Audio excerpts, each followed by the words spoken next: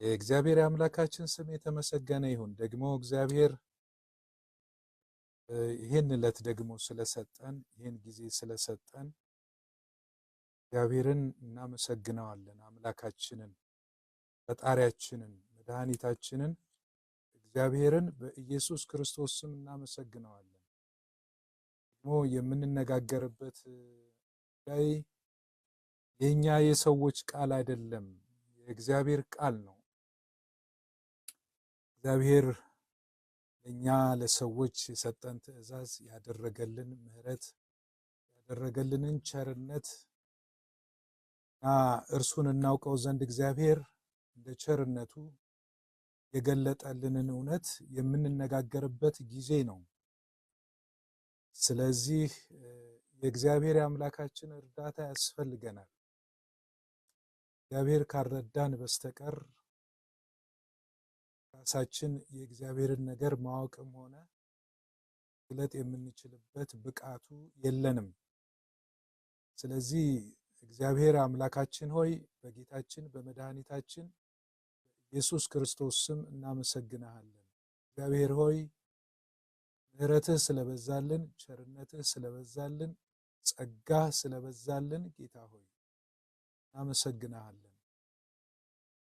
እግዚአብሔር ሆይ እኔንም አግዛቸውንም እዚህ ያሉትን ሌሎችም ቃልህን ለመስማት የሚሰበሰቡትን ወገኖቻችንን ሁሉ እግዚአብሔር ሆይ በምህረትህና በቸርነትህ ልትጎበኘን ጸጋህንና ምህረትህን እንድታበዛልን እግዚአብሔር ሆይ እንለምንሃለን። ቀሪው ጊዜና ሰዓታችንን ሁሉ ባርክልን። ጌታችንና በመድኃኒታችን በኢየሱስ ክርስቶስ ስም ጊዜያችንን ሁሉ ለአንተ እናስረክባለን። አሜን። እግዚአብሔር ይመስገን። ዛሬ የምንነጋገርበት ርዕስ በአንደኛ ዮሐንስ ምዕራፍ 2 ቁጥር 1 ላይ ባለ ርዕሰ ጉዳይ ነው እና በጣም ታላቅ ጉዳይ ነው። እስከዛሬ የምንነጋገራቸው በሙሉ በጣም ታላላቅ የሆኑ ጉዳዮች ናቸው። እግዚአብሔር ጋር ያለን ግንኙነት፣ እግዚአብሔር ለኛ ያደረገው፣ እኛ ለእግዚአብሔር ማድረግ የሚገባን እና በጣም መሰረታዊ የሆነ ዶግማቲክ የሆኑ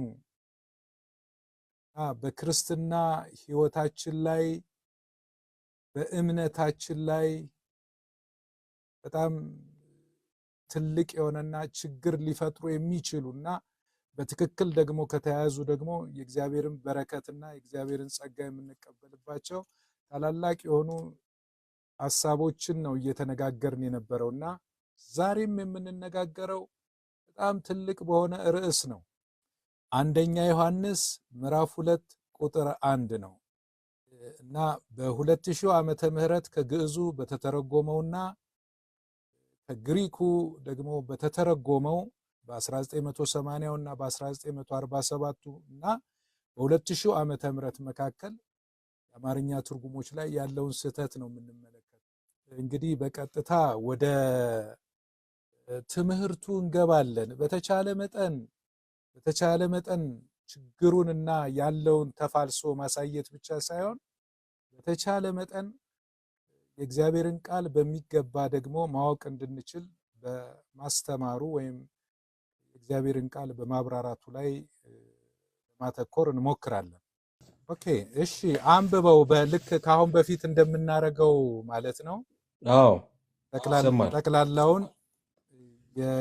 ጠቅላላውን የግዕዙን የአማርኛውን የ2000ን እና የ1947 እና የ1980ን ታነባለህ። ከዛም የምናነባቸው ይኖራሉ። ከዛ እንቀጥላለን።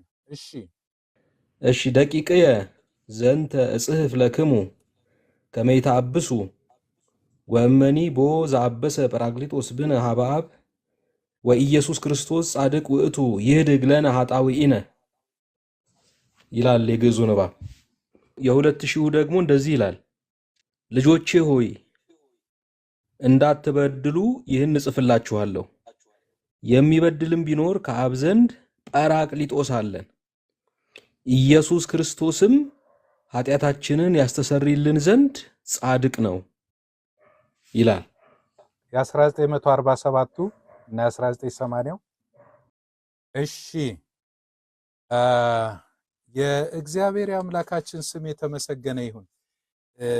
ምንድነው እንግዲህ ዛሬ የምናየው በጣም ቀላል ነገር አይደለም። ቅድም እንደነገርኳችሁ በዚህ በ2000 ዓመተ ምህረት እትምና በ1947 እና በ1980 እትም ላይ ያለ የትርጉም ልዩነት አለ እና እንግዲህ በተለይ ጌታችንና አምላካችን ኢየሱስ ክርስቶስ በዚህ ምድር ላይ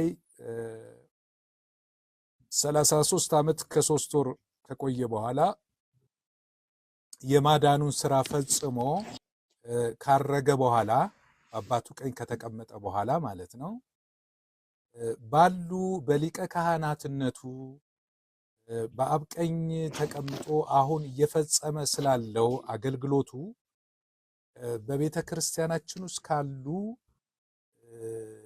አስተምህሮች መካከል በተለይ የጌታችን የመድኃኒታችን የኢየሱስ ክርስቶስን የማማለድ አገልግሎት፣ የጌታችን የመድኃኒታችን የኢየሱስ ክርስቶስን የዋስነት አገልግሎት፣ የጌታችን የመድኃኒታችን የኢየሱስ ክርስቶስን የመካከለኛነት አገልግሎት እና አሁን ዛሬ የምንመለከተውን የጠበቃነቱን አገልግሎት ወይም የጠበቃነቱን ሁኔታ በቤተ ክርስቲያናችን ውስጥ እነዚህ ቃላት አማላጅ፣ ጠበቃ፣ ዋስ፣ መካከለኛ የሚባሉ ኃይለ ቃላት ማለት ነው በጣም በሚገርም ሁኔታ ከዚህ ከ2000 ዓመተ ምህረት እትም ላይ እንዲወጡ ተደርገዋል በድፍረት።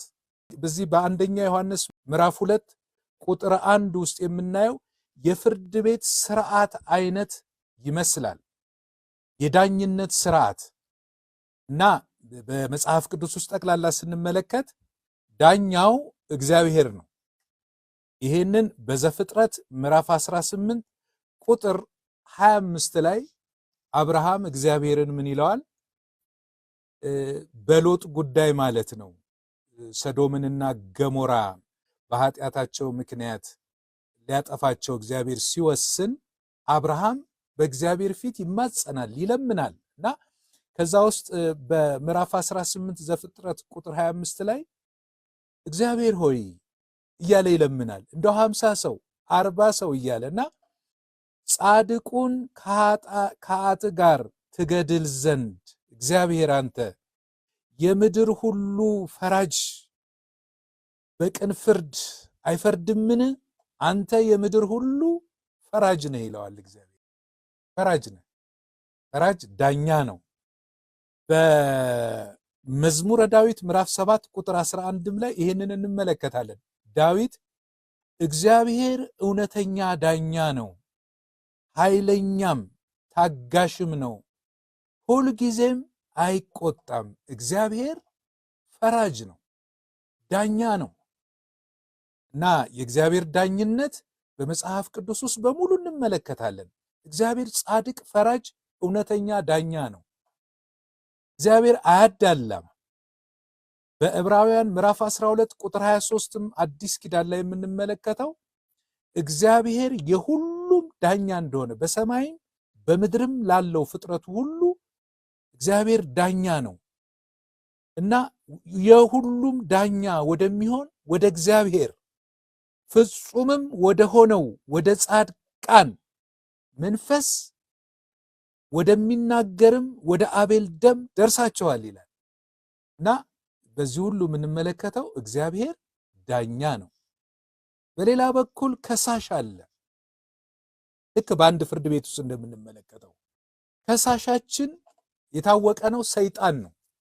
በመጽሐፍ ቅዱስ ውስጥ ሰይጣን የሰዎች ከሳሽ ተብሏል። በዘካርያስ ምዕራፍ 3 ቁጥር 1 ላይ ኢያሱንም ሰይጣን በእግዚአብሔር ፊት ምን አደረገው? ከሰሰው።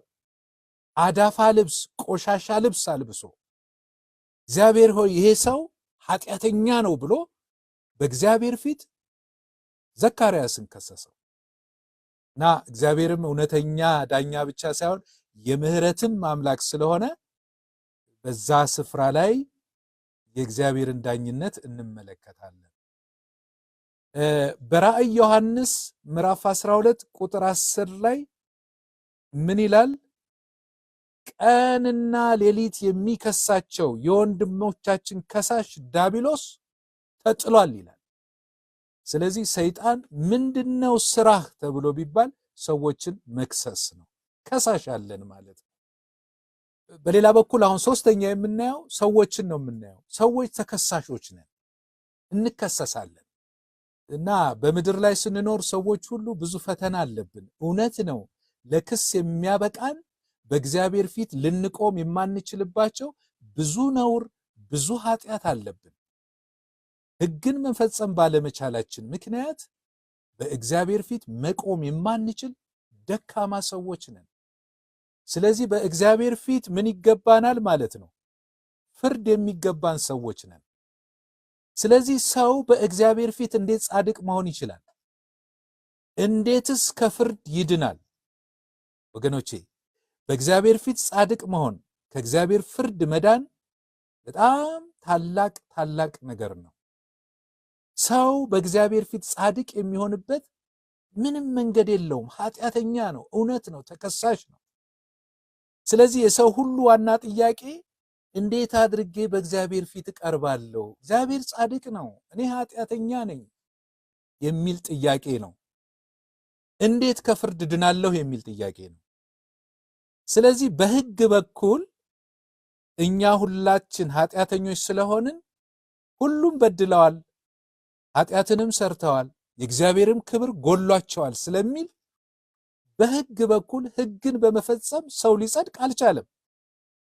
ስለዚህ መጽሐፍ ቅዱስ የሚናገረው የኃጢአት ዕዳችንን ጌታችንና አምላካችን ኢየሱስ ክርስቶስ በመክፈል እግዚአብሔር ልጁን ስለ ኃጢአት ቤዛ መስዋዕት አድርጎ በመስጠት ባለፈው እንደተመለከትነው ሁለተኛ ቆሮንቶስ ምዕራፍ 5 ቁጥር 21 ላይ የእግዚአብሔር ጽድቅ ለኛ የኛ ኃጢአት ለኢየሱስ ክርስቶስ በመሆን በክርስቶስ ውስጥ በክርስቶስ የኃጢአትን ስርየት አገኘን፣ የእግዚአብሔርን ጽድቅ ተቀበልን።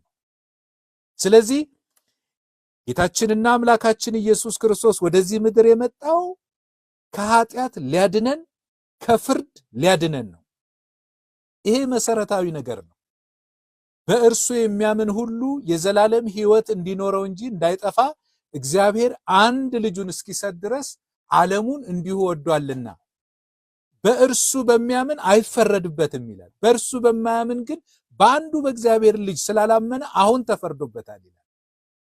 ስለዚህ ሰው ከፍርድ የሚድነው በጌታችንና በመድኃኒታችን በኢየሱስ ክርስቶስ ነው ማለት ነው። ክርስቶስ ለእኛ ምትክ ሆኖ በመሞቱ የእኛን ፍርድ እርሱ በመቀበሉ ማለት ነው። ስለዚህ በዚህ በአንደኛ ዮሐንስ ምዕራፍ 2 ቁጥር 1 ላይ ቅድም ባነበብ ነው የ2000 የአማርኛ ትርጉም ልጆች ሆይ ይላል፣ እንዳትበድሉ ይህን እጽፍላችኋለሁ፣ የሚበድልም ቢኖር ከአብ ዘንድ ጰራቅሊጦስ አለን ይላል። ኢየሱስ ክርስቶስም ኃጢአታችንን ያስተሰርይልን ዘንድ ጻድቅ ነው ይላል። ይሄ ዋና ነገር ነው። በ1947 እና በ1980 ደግሞ ልጆቼ ሆይ ኃጢአትን እንዳታደርጉ ይህን እጽፍላችኋለሁ፣ ማንም ኃጢአትን ቢያደርግ ከአብ ዘንድ ጠበቃ አለን ይላል።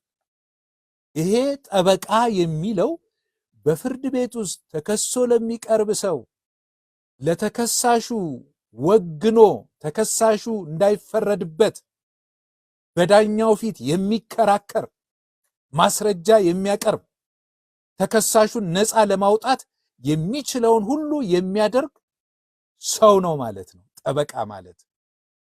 ጌታችንና አምላካችን ኢየሱስ ክርስቶስ በእግዚአብሔር ቀኝ የተቀመጠ ምን አለን ማለት ነው? ጠበቃ አለን እንዳይፈረድብን። ይህንን ነው ዮሐንስ የሚናገረው። በኃጢአት ምክንያት እንዳይፈረድብን በአብ ቀኝ የተቀመጠ ጠበቃ አለን ይላል። ዳኛው እግዚአብሔር ነው፣ ጠበቃው ኢየሱስ ክርስቶስ ነው። እግዚአብሔር አምላካችን ስም የተመሰገነ ይሁን። ስለዚህ ጌታችን ኢየሱስ ክርስቶስ ጠበቃችን ብቻ ሳይሆን ኃጢአታችንንም ይቅር እንደሚለን በአንደኛ ዮሐንስ ምዕራፍ 1 ከቁጥር 9 ላይ ይሄንን ይናገራል። እንዲህ ይላል። አንደኛ ዮሐንስ ምዕራፍ 1 ቁጥር 9 ላይ ይሄ የተጻፈው ለክርስቲያኖች ነው፣ በክርስቶስ አምነው ለዳኑ ሰዎች። ከኋላ ያለውን ባክግራውንዱን አብረን እንየው ብዬ ነው ወደ ዋናው ነጥብ ስንገባ ግልጽ እንዲሆንልን። ምን ይላል? ከቁጥር 6 ጀምሮ ከእርሱ ጋር ኅብረት አለን ብንል በጨለማም ብንመላለስ እንዋሻለን።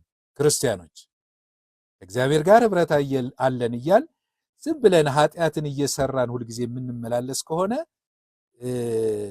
ምልልሳችን ኅብረታችን ትክክል አይደለም፣ እንዋሻለን፣ እውነትንም አናደርግም። ነገር ግን እርሱ በብርሃን እንዳለ በብርሃን ብንመላለስ ለእያንዳንዳችን ኅብረት አለን። ከማ ጋር? ከእግዚአብሔር ጋር ኅብረት አለን። የልጁም የኢየሱስ ክርስቶስ ደም ከኃጢአት ሁሉ ያነጻናል ይላል። አሁን ይሄ የተጻፈው አንድ ጊዜ በኢየሱስ ክርስቶስ አምነው የኃጢአት ስርየትን ላገኙ፣ ልጅነትን ለተቀበሉ፣ የመንፈስ ቅዱስ ማደሪያ ለሆኑ፣ ከእግዚአብሔር ለተወለዱ ለክርስቲያኖች የተጻፈ መልእክት ነው። ከኃጢአት ድነዋል፣ በኃጢአት እንዳይመላለሱ በቅድስና በጽድቅ እንዲኖሩ።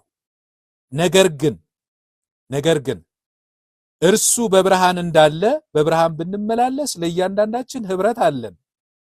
ጨለማ ኅብረትን ያበላሻል፣ ኃጢአት ኅብረትን ያበላሻል።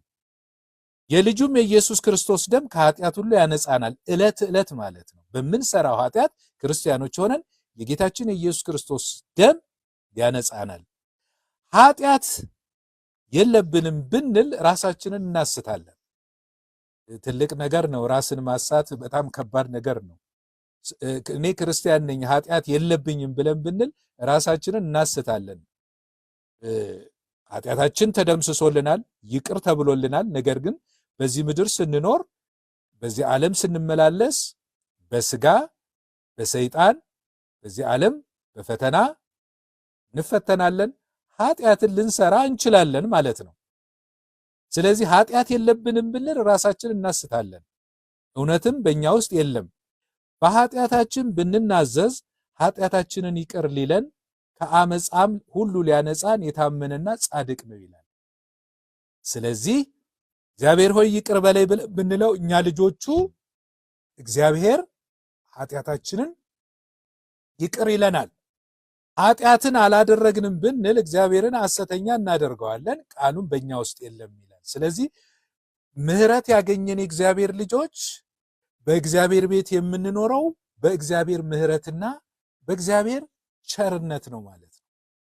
ከኛ የሚጠበቀው ንስሐ መግባት ነው ማለት ነው። የእግዚአብሔር ልጆች ማለት ነው። ይሄንን ካለ በኋላ ሐዋርያው በምዕራፍ 2 ቁጥር 1 ላይ ልጆቼ ሆይ ይላል። ልጆቼ ሆይ ኃጢአትን እንዳታደርጉ ይህን እጽፍላችኋለሁ ይላል። አሁን ሐዋርያው የሚጽፈው ምንድን ነው? ኃጢአትን እንዳታደርጉ። ከኃጢአት ድናችኋል፣ እግዚአብሔር ይቅር ብሏችኋል። አሁን በእግዚአብሔር ቤት ስትኖሩ በኃጢአት እንዳትኖሩ፣ ኃጢአትን እንዳታደርጉ ልጆቼ ሆይ ይህን እጽፍላችኋለሁ ይላል። እና እንዴት አድርገን እንኑር? ኃጢአትን ሳንሰራ መኖር እንችላለን እንዴ? አይደለም። ኃጢአትን ልንሰራ እንችላለን። ማንም ኃጢአትን ቢያደርግ ከአብ ዘንድ ጠበቃ አለን ይላል። እግዚአብሔር የተመሰገነ ይሁን። አሁን የኢየሱስ ክርስቶስ ጥብቅና በአብ ቀኝ የተቀመጠበት የጥብቅናው ዓላማ ለሚያምኑ ሰዎች ነው፣ ለክርስቲያኖች ነው። ጥብቅናው በእርሱ ላመኑ ሰዎች ጠበቃ አለን። እርሱም ጻድቅ የሆነ ኢየሱስ ክርስቶስ ነው። አሁን ይሄ ኢየሱስ ክርስቶስ እርሱም የኃጢአታችን ማስተሰሪያ ነው። ቅድም እንዳልነው የጌታ የኢየሱስ ክርስቶስ ደም ከኃጢአት ሁሉ ያነጻናል። የኃጢአታችን ማስተሰሪያ ነው። ለኃጢአታችንም ብቻ አይደለም፣ ነገር ግን ለዓለሙ ሁሉ ኃጢአት እንጂ ለኛ ለምእመናን ብቻ ሳይሆን ለዓለሙ ሁሉ ኃጢአት ጌታችንና አምላካችን ኢየሱስ ክርስቶስ ዋጋ ከፍሏል። ነገር ግን እነርሱ ባለማመናቸው ምክንያት የኃጢአት ስርየትን አላገኙም። እኛ ግን በጌታችን በኢየሱስ ክርስቶስ ሞትና ትንሣኤ በአምላክነቱና በሰውነቱ ስላመንን የኃጢአትን ስርየት አግኝተናል። እንግዲህ ይሄ ነው ዋናው ሐሳብ። እዚህ ጋር ይሄንን ከተረዳን ማለት ነው። ስለዚህ አሁን የንባቡን ልዩነት እንመልከት። አሁን በ2000 ዓመተ ምህረትና በ1947 እና 1980 እትሞች መካከል ያለው ልዩነት አንደኛ በ2000 ዓመተ ምህረት እትም ላይ መጽሐፉ ያላችሁ ሰዎች የ2000 ዓመተ ምህረት መጽሐፍ ቅዱስ የአማርኛ መጽሐፍ ቅዱስ ከጎናችሁ ብትይዙ ጥሩ ነው። ጰራቅሊጦስ አለን የሚለውን ቃል እንዳለ ከግሪኩ ወደ አማርኛ ሳይተረጎም እንዳለ መቀመጡን እንመለከታለን። ሁለተኛ ኃጢአታችንን ያስተሰርይልን ዘንድ የሚል ሐረግ ሙሉ ሐረግ በተጨማሪነት መግባቱን እንመለከታለን። ሶስተኛ ኢየሱስ ማን እንደሆነ ያለመገለጡ ነው። በዚህ በ2000 ዓመተ ምህረት እትም ላይ ኢየሱስ ክርስቶስም ኃጢአታችንን ያስተሰርይልን ዘንድ ጻድቅ ነው ይላል። ስለዚህ የኢየሱስ ክርስቶስ ማንነት ለብቻ ተገልጧል ማለት ለብቻ ነው የተገለጠው፣ ጰራቅሊጦስ አይደለም። በ1947 እና በ1980 እትሞች ላይ የምንመለከተው በ66ቱ የምንለው ማለት ነው። እሱም አንድ ነው። አንደኛ ጰራቅሊጦስ የሚለው ቃል ጠበቃ ተብሎ መተርጎሙን እናያለን። ልዩነቱ ማለት ነው ከ2000 እትም ጋር። ሁለተኛ ጠበቃ የተባለው ኢየሱስ ክርስቶስ ራሱ እንደሆነ እንመለከታለን። ሶስተኛ ጠበቃ የተባለው ኢየሱስ ክርስቶስ ራሱ ጻድቅ እንደተባለ እናያለን። ስለዚህ በ2000 ዓመተ ምህረትና በ1947 ወይም በ1980 ወይም በ1954ቱ 66ቱ በምንለው መጽሐፍ ቅዱስ እትሞች መካከል ያለው የትርጉም ልዩነት በክርስቲያናዊ አስተምህሮ ላይ በእነዚህ ትርጉሞች ምክንያት ከፍተኛ ችግር ሊያመጣ የሚችል ትርጉም ነው። እንግዲህ የእነዚህን ትርጉም ልዩነቶች ለመመልከት አስቀድመን የ2000ን የአማርኛ ትርጉም እናነባለን። ቀጥለን የ1980ውን እናነባለን። ከዛ ደግሞ የግሪኩን ንባብ አንብበን ልዩነቶችን ለማየት እንሞክራለን። በ2000 እትም ላይ እንደገና አነብላችኋለሁ። እንዲህ ይላል፣ ልጆች ሆይ እንዳትበድሉ ይህን እጽፍላችኋለሁ። የሚበድልም ቢኖር ከአብ ዘንድ ጰራቅሊጦስ አለን ይላል። ጰራቅሊጦስ አለን። ከዛም ደግሞ ምን ይላል? ኢየሱስ ክርስቶስም ይላል። አዲስ አረፍተ ነገር ኢየሱስ ክርስቶስም ኃጢአታችንን ያስተሰርይልን ዘንድ ጻድቅ ነው ይላል። አሁን በዚህ ምንባብ ውስጥ የምንመለከተው ሐዋርያው ዮሐንስ ልጆች ሆይ እንዳትበድሉ ይህን እጽፍላችኋለሁ በማለቱ ለሚጽፍላቸው ምዕመናን ኃጢአትን በመስራት እግዚአብሔርን እንዳይበድሉ ይጽፍላቸዋል ማለት ነው። ሁለተኛ በሚቀጥለው ሐረግ ላይ ደግሞ የሚበድልም ቢኖር ይላል። የሚበድልም ቢኖር ከአብ ዘንድ ጰራቅሊጦስ አለን በማለት የእግዚአብሔርን ምሕረትን የተቀበሉና የእግዚአብሔር ልጆች የሆኑ ምዕመናን ኃጢአት ቢሰሩና እግዚአብሔርን ቢበድሉ ከእግዚአብሔር አብ ዘንድ ጰራቅሊጦስ እንዳላቸው ይነግረናል። ሁለተኛ። ሶስተኛ ኢየሱስ ክርስቶስም ኃጢአታችንን ያስተሰርይልን ዘንድ ጻድቅ ነው ይላል። ጰራቅሊጦስ አለ ቢበድሉ፣ እንደገናም ደግሞ ማን አለ? ሌላ ኢየሱስ ክርስቶስም ኃጢአታችንን ያስተሰርይልን ዘንድ ጻድቅ ነው የሚል ኃጢአትን የሚያስተሰርይ የእግዚአብሔር ልጅ እንደሆነ ይናገራል። እንግዲህ በዚህ በ2000 እትም ንባብ መሰረት የምንመለከተው አንደኛ የሚበድል ቢኖር ከአብ ዘንድ ጰራቅሊጦስ አለን ስለሚል ጰራቅሊጦስ የተባለ በአብ ዘንድ የሚገኝ አገባቡ ራሱን የቻለ ባለቤት የሆነ ነጠላ ቁጥር የሆነ ተባታይ ጾታ ያለው አካል ምዕመናን ሲበድሉ የሚያጽናና ጰራቅሊጦስ እንዳለ እናያለን። ሁለተኛ ኢየሱስ ክርስቶስም ይላል አሁን ኢየሱስ ክርስቶስም ኃጢአታችንን ያስተሰርይልን ዘንድ ጻድቅ ነው የሚል አረፍተ ነገር ገብቷል። ይህ አረፍተ ነገር ኃጢአትን የሚያስተሰርይ ኢየሱስ ክርስቶስ እንደሆነ በሚገልጥ ሁኔታ ተነግሯል። ስለዚህ አሁን ኢየሱስ ክርስቶስም የሚለው ስም አገባቡ ራሱን የቻለ ባለቤት ነው፣ ነጠላ ቁጥር ነው፣ ተባታይ ጾታ ነው፣ እምር ነው። ኢየሱስ ክርስቶስም ይላል ራሱን የቻለ ባለቤት ነው፣ ከጰራቅሊጦስ የተለየ ማለት ነው። እሱ ምን ያደርጋል? ኃጢአትን የሚያስተሰርይ ኢየሱስ ነው ይለናል። ሶስተኛ ኃጢአትን የሚያስተሰርየው ኢየሱስ ክርስቶስ ጻድቅ መሆኑን ለመግለጥ ጻድቅ የሚል ቅጽል ተሰጥቶታል ለኢየሱስ ክርስቶስ። በዚህም ኢየሱስ ክርስቶስ ኃጢአታችንን ያስተሰርይልን ዘንድ ጻድቅ ነው ተብሏል። ስለዚህ ጻድቅ የሆነው ኢየሱስ ክርስቶስ ነው ማለት ነው። ጻድቅ የተባለው ቅጽል የሚያጎለብተው ኢየሱስ ክርስቶስን ነው። አራተኛ የዚህ የ2000 ዓመተ ምህረት ንባብ ማለት ነው የሚያስረዳን ጰራቅሊጦስ የተባለ በባለቤትነት የገባ ስም በአብ ዘንድ መኖሩን አንድ፣ እንዲሁም ደግሞ በሌላ ወገን ኃጢአትን የሚያስተሰርይ በባለቤትነት የተጠራ ኢየሱስ ክርስቶስ የተባለ ሌላ አካል እናገኛለን። በዚህ ምንባብና አገባብ መሰረት ኢየሱስ ክርስቶስ ጰራቅሊጦስ አይደለም ማለት ነው። ተመልከቱ፣ ኢየሱስ ክርስቶስ ሌላ ነው በባለቤትነት፣ ጰራቅሊጦስ ደግሞ ራሱን የቻለ ሌላ አካል ነው። ስለዚህ አሁን እዚህ አረፍተ ነገር ውስጥ የምንመለከተው ኢየሱስ ክርስቶስ ጰራቅሊጦስ እንዳልሆነ ነው። ስለዚህ ጰራቅሊጦስ የሚለውን ስም የኢየሱስን ማንነት ወይም የኢየሱስን አገልግሎት በመግለጥ ከክርስቶስ ጋር ተገናኝቶ የተነገረ ቃል ስላልሆነ ጰራቅሊጦስ የተባለ ሌላ አካል ምናልባትም ብዙዎቻችን እንደምንረዳው ስለ መንፈስ ቅዱስ የተነገረ ቃል፣ ብዙውን ጊዜ ጰራቅሊጦስ የሚባለው መንፈስ ቅዱስ ስለሆነ መንፈስ ቅዱስ እንደሆነ ነው የምንረዳው በ2000 ዓመተ ምህረት ንባብ ትርጉም መሰረት ማለት ነው።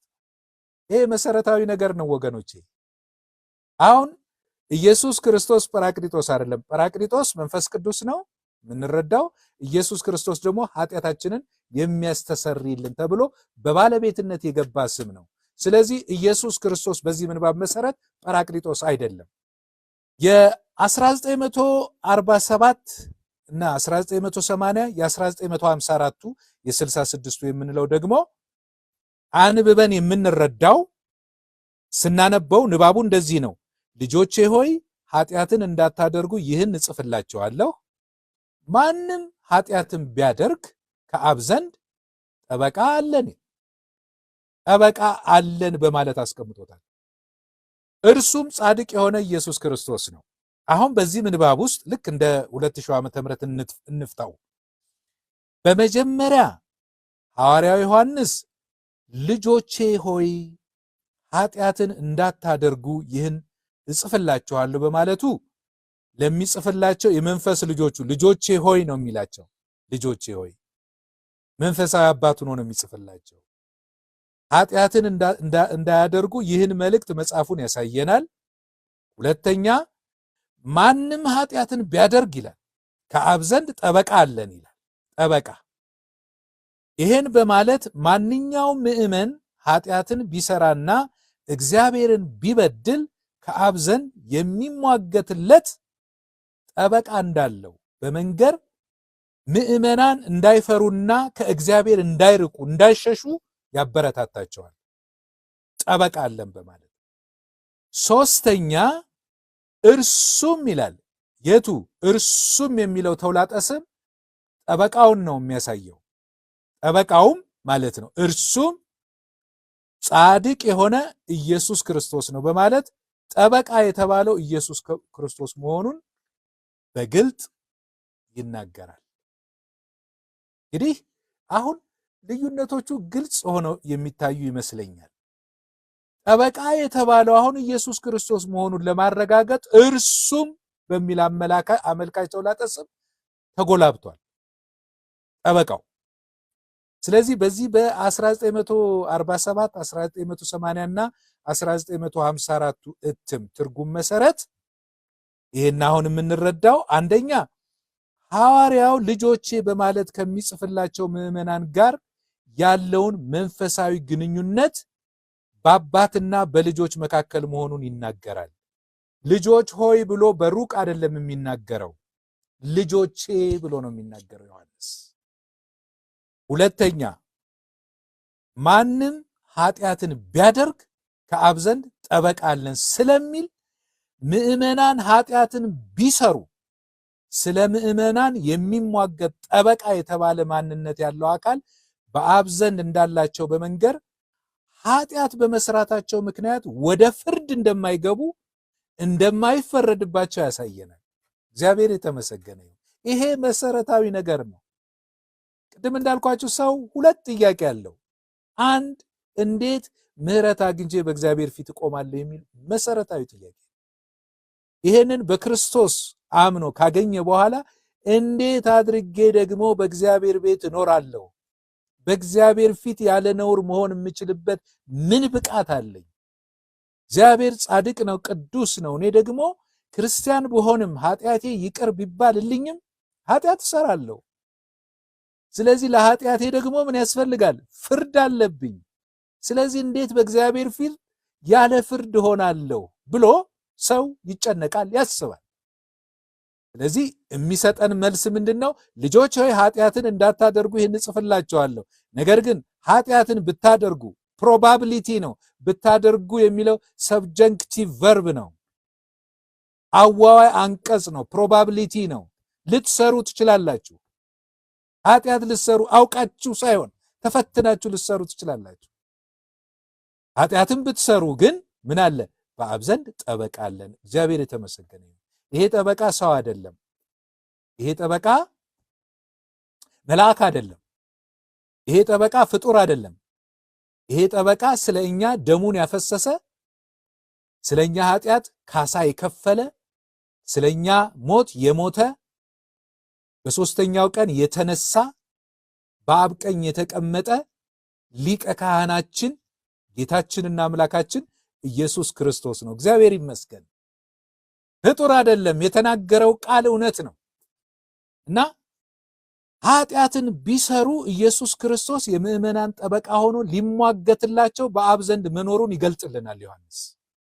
አራተኛ በዚህ ውስጥ የምንመለከተው እርሱም ይላል፣ እርሱም ጻድቅ የሆነ ኢየሱስ ክርስቶስ ነው። እውነተኛ የሆነ ባለፈው ሰኞ ዕለት ስንመለከት ነበር። ጻድቅ የሚለው የግዕዝ ቃል እውነት ማለት ነው፣ ቅዱስ ማለት ነው እና ኢየሱስ ክርስቶስ ጻድቅ ነው፣ እውነተኛ ነው፣ እውነት ነው።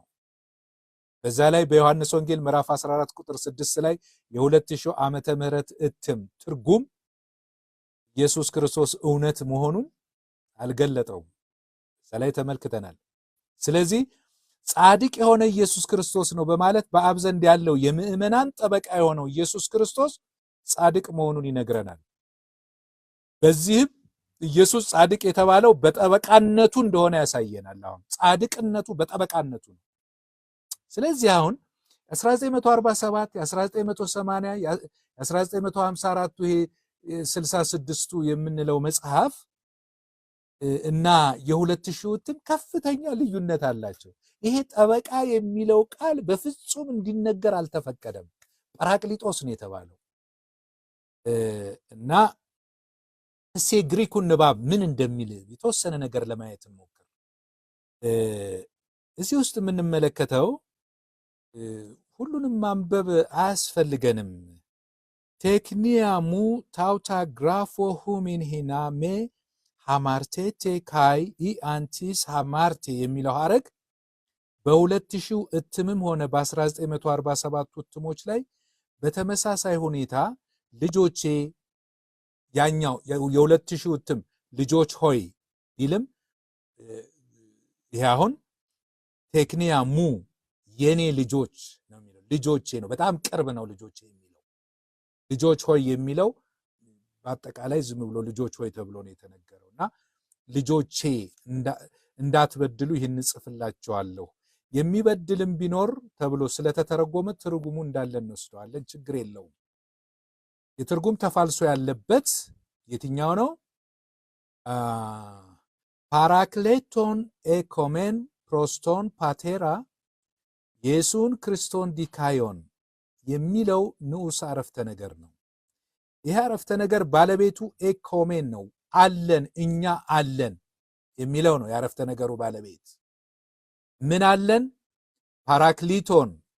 ፓራክሊቶን ኤኮሜን ፕሮስቶን ፓቴራ ኢየሱን ክርስቶን ዲካዮን ምንድነው? በአብ ዘንድ ጠበቃ አለን።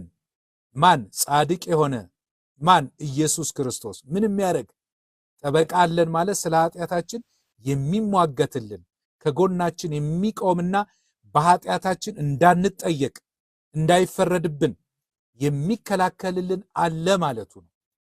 አለን የሚለው ጠበቃ አለን የሚለው የተነገረው በተሳቢነት ነው። ምን ማለት ነው? ኤኮሜን እኛ አለን። ምን አለን? ጠበቃ አለን። ያ ጠበቃ የማጠበቃ ነው? የኛ ጠበቃ ነው። ስለኛ ምን የሚያደርግ የሚከራከር አለኝታ ነው ማለት ነው። ጠበቃው የት እንዳለ ሲናገር ፕሮስቶን ፓቴራ ይላል፣ በአብ ዘንድ ይላል። በአብ ዘንድ ምን አለን? ጠበቃ አለን። ይሄ ጠበቃ ከአብ ጋር አብሮ የተቀመጠ ነው ማለት ነው። ኢየሱስ ክርስቶስ ወደ ሰማይ አድርጎ በአባቱ ቀኝ ተቀመጠ። ስለዚህ አሁን የኢየሱስ ክርስቶስ አገልግሎት ምንድነው ተብሎ ቢባል ጥብቅና ነው ማለት ነው። ጥብቅናው ለማን ነው? ለሚያምኑበት ሰዎች ነው። በጣም የተገመደ ነው። ጌታችንና አምላካችን ኢየሱስ ክርስቶስ እኔ ሄዳለሁ አለ። አባት እንደሌላችሁ ልጆች ጥያችሁ አልሄድም፣ ተመልሼ እመጣለሁ ወስዳችኋለሁ አለ። ይሄ ብቻ አይደለም፣ እስከ ዓለም ፍጻሜ ድረስ ደግሞ እኔ ከእናንተ ጋር አለሁ አለ። በእኛ ውስጥ ደግሞ እንደሚኖር ባለፈው ተመልክተናል። ይሄ ብቻ አይደለም፣ መንፈስ ቅዱስን እልክላችኋለሁ አለ። እሱ ከእናንተ ጋር አብሮ ይኖራል፣ ወደ እውነት ይመራቸዋል፣ ያስተምራቸዋል፣ እኔ ነገርኳችሁን ሁሉ ያስታውሳቸዋል አለ። የመንፈስ ቅዱስ ማደሪያ አደረገን። እስከ ዓለም ፍጻሜ እኔ ከእናንተ ጋር አለሁ አለን። አሁን ደግሞ በአብ ቀኝ ሊቀ ካህናት አለን። ባለፈው አይተናል በዕብራውያን 7:25 ላይ ኢየሱስ ክርስቶስ በአብ ቀኝ ያለ ምንድነው? ሊቀ ካህናት ነው። ሊቀ ካህናት ሆኖ ምን ያደርጋል? ስለኛ ይማልዳል። ወደ ማን እንድንቀርብ? ወደ አብ እንድንቀርብ ይላል።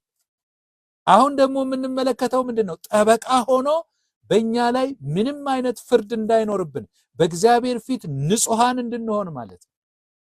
ታያላችሁ፣ ጌታችንና አምላካችን ኢየሱስ ክርስቶስ ለኃጢአታችን ዕዳ ከፍሎ ከዛ በኋላ የራሳችሁ ጉዳይ ብሎ ጥሎን አልሄደም። እስከ ዓለም ፍጻሜ አብሮን አለ፣ በእኛ ውስጥ ይኖራል። በአባቱ ቀኝ ሊቀ ካህናት ነው ሆኖ ስለ እኛ ነው ሊቀ ካህናትነቱ። ጥብቅናውም ስለኛ ነው፣ ተመልሶ የሚመጣውም ለኛ ነው። እንዴት እንደተገመደ ተመልከቱ ድህነታችን። ስለዚህ ከአብ ዘንድ ከአብ ጋር እንደተቀመጠ እናያለን።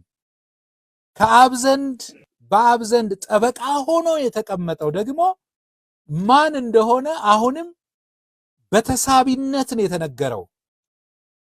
ኢየሱን ክርስቶን ይላል፣ ተሳቢ ነው። ይሄ ኢየሱን ክርስቶን የሚለው ስም በአብ ቀኝ የተቀመጠው እርሱ ስለ እኛ ጠበቃ ሆኖ ያለው ኢየሱስ ክርስቶስ መሆኑን ያረጋግጥልናል። ይሄ ኢየሱስ ክርስቶስ ምን አይነት ነው የሚለውን ደግሞ የኢየሱስ ክርስቶስን ባህሪ ኢየሱስ ክርስቶስን ለመግለጥ የተቀመጠው ቃል ዲካዮን ይላል። ዲካዮን ጻድቅ፣ ዲካዮስ ከሚል ግስ ነው የመጣ ስም ነው፣ ጻድቅ። ስለዚህ በዚህ አገባብ መሰረት ጻድቅ የሚለው የሚያጎለብተው ጌታችንና አምላካችንን ኢየሱስ ክርስቶስን ነው ማለት ነው። ስለዚህ በዚህ መሰረት ጻድቅ የተባለው ማን ነው ማለት ነው? ጌታችንና አምላካችን ኢየሱስ ክርስቶስ ነው። እግዚአብሔር ስም የተመሰገነ ይሁን። ይሄ በጣም ወሳኝ ነገር ነው አሁን እየተነጋገርን ያለነው። እና ልጆቼ ሆይ ፈጽሞ ኃጢአትን እንዳታደርጉ ይላል። ፈጽሞ ኃጢአትን እንዳታደርጉ ይህን እጽፍላችኋለሁ። ፈጽሞ ኃጢአት እንዳታደርጉ። የዳን ነው ማለት ነው። ከኃጢአት የዳን ነው በኃጢአት እንድንኖር ሳይሆን ጌታችንና አምላካችን ኢየሱስ ክርስቶስ ከኃጢአት ከፍርድ ያዳንንና በምድር ላይ የምንኖረው በጽድቅ እንድንመላለስ ነው። በቅድስና ያለ ኃጢአት እንድንመላለስ ነው። ስለዚህ ኃጢአትን እንዳታደርጉ ይህን እጽፍላችኋለሁ፣ ትእዛዝ ነው። ነገር ግን ማንም ኃጢአትን ቢያደርግ፣ እዚህ ጋር ቢያደርግ ነው የሚለው። ቢያደርግ የሚለው ፕሮባቢሊቲ ነው። ጥሩ ትርጉም ነው። አዋዋይ አንቀጽ ነው። ሰብጀንክቲቭ ያልኳችሁ ማለት ነው። ቅድም ምናልባት ኃጢአትን ብታደርጉ ወይም ኃጢአትን ካደረጋችሁ በአብ ዘንድ ምን አለን? ጠበቃ አለን፣ እርሱም ጻድቅ የሆነው ኢየሱስ ክርስቶስ ነው የሚል። ስለዚህ ከዚህ ከግሪኩ ንባብ የምናገኘው መሰረታዊ አስተምህሮች አንድ 5 አስተምህሮች አሉ። አንደኛ ልጆቼ በማለቱ ሐዋርያው የሚጽፍላቸው ሰዎች የመንፈስ ልጆቹ መሆናቸውን እናያለን፣ ክርስቲያኖች መሆናቸው። ይሄ ለዓለም አይደለም የተጻፈው፣ ይሄ ለማያምኑ ሰዎች አይደለም የተጻፈው። ይሄ የተጻፈው የእግዚአብሔርን ልጅነት ላገኙ በክርስቶስ ላመኑና ከፍርድ ነፃ ለሆኑ ሰዎች የተጻፈ ነው፣ ለኛ የተጻፈ ነው ለክርስቲያኖች። ሁለተኛ ኃጢአትን እንዳታደርጉ ይህን እጽፍላችኋለሁ በማለቱ ምዕመናን ከኃጢአት የዳኑትና የእግዚአብሔር ልጆች የሆኑት ኃጢአትን እየሰሩ እንዲኖሩ ሳይሆን በጽድቅ እንዲመላለሱ መሆኑን እንመለከታለን። ሶስተኛ ማንም ኃጢአትን ቢያደርግ የሚለው ቃል ከላይ እንደነገርኳችሁ አስቀድሜ በአዋዋይ አንቀጽነት የተነገረ በመሆኑ ምዕመናን ምናልባት በኃጢአት ሊወድቁ እንደሚችሉ ያስረዳል። አራተኛ ማንም ኃጢአትን ቢሰራ ግን ስለሰራው ኃጢአቱ የሚከራከርለት ጠበቃ ወይም ጰራቅሊጦስ በአብ ዘንድ እንዳለው ያሳየናል። ስለዚህ በአብ ዘንድ ያለው ጠበቃ ጌታችንና አምላካችን ኢየሱስ ክርስቶስ ኃጢአት እንዳንሰራ የሚጠብቀን ሳይሆን፣ ተመልከቱ፣ ኃጢአት እንዳንሰራ አይደለም የሚጠብቀን፣ ኃጢአት ብንሰራና ብንወድቅ የሚያነሳንና እንዳይፈረድብን የሚያደርገን መሆኑን ያሳየናል። ይሄ በጣም መሰረታዊ ነገር ነው።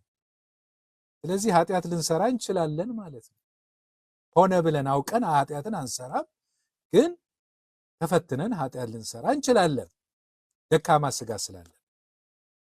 አምስተኛ እርሱም ጻድቅ የሆነው ኢየሱስ ክርስቶስ ነው ስለሚል ምኑ ጠበቃ ሆኖ በአባቱ ዘንድ የተቀመጠው እርሱም ኢየሱስ ክርስቶስ እንደሆነ እርሱም ደግሞ ጻድቅ እንደሆነ ይነግረናል። እርሱ የተባለው ጠበቃው ነው፣ ጰራቅሊጦስ ወይም ጠበቃው። ስለዚህ እስካሁን ድረስ እንዳየነው እንግዲህ አብዛኞቹ የኢትዮጵያ ኦርቶዶክስ ቤተክርስቲያን ትምህርቶች ቅድም መግቢያ ላይ እንደነገርኳችሁ ከመጽሐፍ ቅዱስ ጋር የሚጣረሱ የትርጉም ተፋልሶዎችን የምናገኛቸው ከትንሣኤው በኋላ ጌታ ኢየሱስ ካረገ በኋላ በአባቱ ቀኝ ከተቀመጠ በኋላ ባለው አገልግሎቱ ላይ የተመሰረቱ የአስተምህሮ ችግሮች መሆናቸውን እናያለን። ቅድም እንዳልኳችሁ አማላጅነቱ የሚለው ጠበቃነቱ፣ መካከለኛነቱ፣ ዋስነቱ የሚለው ወደፊት እናያቸዋለን። በጣም በሚገርም ሁኔታ ከዚህ ከ2000 ዓመተ ምህረት እትም ላይ እንዲወጡ ተደርገዋል። በድፍረት እንዲቀየሩ ተደርጓል። ውጤቱ ምንድነው ተብሎ ቢባል ሊቃውንቶቻችን በድርሳናትና በገድላት መጽሐፍት ውስጥ የሚገኙትን መጽሐፍ ቅዱሳዊ ወይም መጽሐፍ ቅዱሳዊ ያልሆኑ ልምምዶችን ለማስታረቅ ሲሉ ማለት ነው መጽሐፍ ቅዱስን ለማሻሻል ያደረጉትን ሰፊ ጥረት ያሳያል። ይሄ መሰረታዊ ሲጀመርም መጽሐፉ ራሱ የ2000 ዓመተ ምህረት እትም መጽሐፍ ቅዱስ ሲታተም መግቢያው ላይ የተነገረው ይሄ ነው። ለትርጉም አልተመቸንም፣ ለሊቃውንቶቻችን አልተመቸንም የሚል ነው የቱ የ1980 እትም። ስለዚህ ይህ እንግዲህ መጽሐፍ ቅዱስን የመቀየር የመደለዝና የመሰረዝ ማለት ነው። ይህ ነገር ምን ያሳየናል? በመጽሐፍ ቅዱስ ውስጥ ከእግዚአብሔር ቃል ጋር ሊታረቅ የማይችል የትርጉም ተፋልሶ ማስከተሉ እንመለከታለን። ስለዚህ ነው እንግዲህ ሊቃውንቶቻችን ተርጓሚዎች ይህንን ነገር በተዛባ መንገድ መጽሐፍ ቅዱስን ያልተገባ ትርጉም እንዲሰጥ ያስጨነቁበት ምክንያት ምንድነው ቢባል በቤተ ክርስቲያኗ ውስጥ ያለው መንፈሳዊ ልምምድ ነው። ጥብቅናን ለሌላ በመስጠት ዋሴ ጠበቃ የሚባሉ ብዙ ናቸው። መላእክት አሉ፣ ሰዎች አሉ፣ ቅዱሳን አሉ፣ ድንግል ማርያም አለች። ስለዚህ ይሄ ጠበቃ ኢየሱስ ክርስቶስ ጠበቃ ከሆነ እነዚህ ሁሉ ጥብቅናቸው ሊወገድ ነው። ዋስም ከሆኑ መካከለኛም ከሆኑ ወይ አንዱን ማውጣትና ሌላውን ማስገባት ያስፈልጋል። ስለዚህ ይሄ የተደረገ ይመስላል ማለት ነው። ስለዚህ በተደጋጋሚ በዚህ መጽሐፍ ላይ ለመግለጽ እንደተሞከር ነው በተፋልሶ መጽሐፍ ላይ ኢየሱስ ክርስቶስ ከትንሣኤው በኋላ የመለኮትነት ባህሪ ብቻ አለው፣ የሥጋ ባህሪ የለውም፣ ፈራጅ ነው፣ አምላክ ነው። እርሱ ወደ ማን ይማልዳል? እርሱ ራሱ ተማላጅ ነው ከሚል በቤተ ክርስቲያኗ ውስጥ አዘውትሮ እርሱ ፈራጅ ነው እንዴት ጠበቃ ሊሆን ይችላል የሚል ማለት ነው።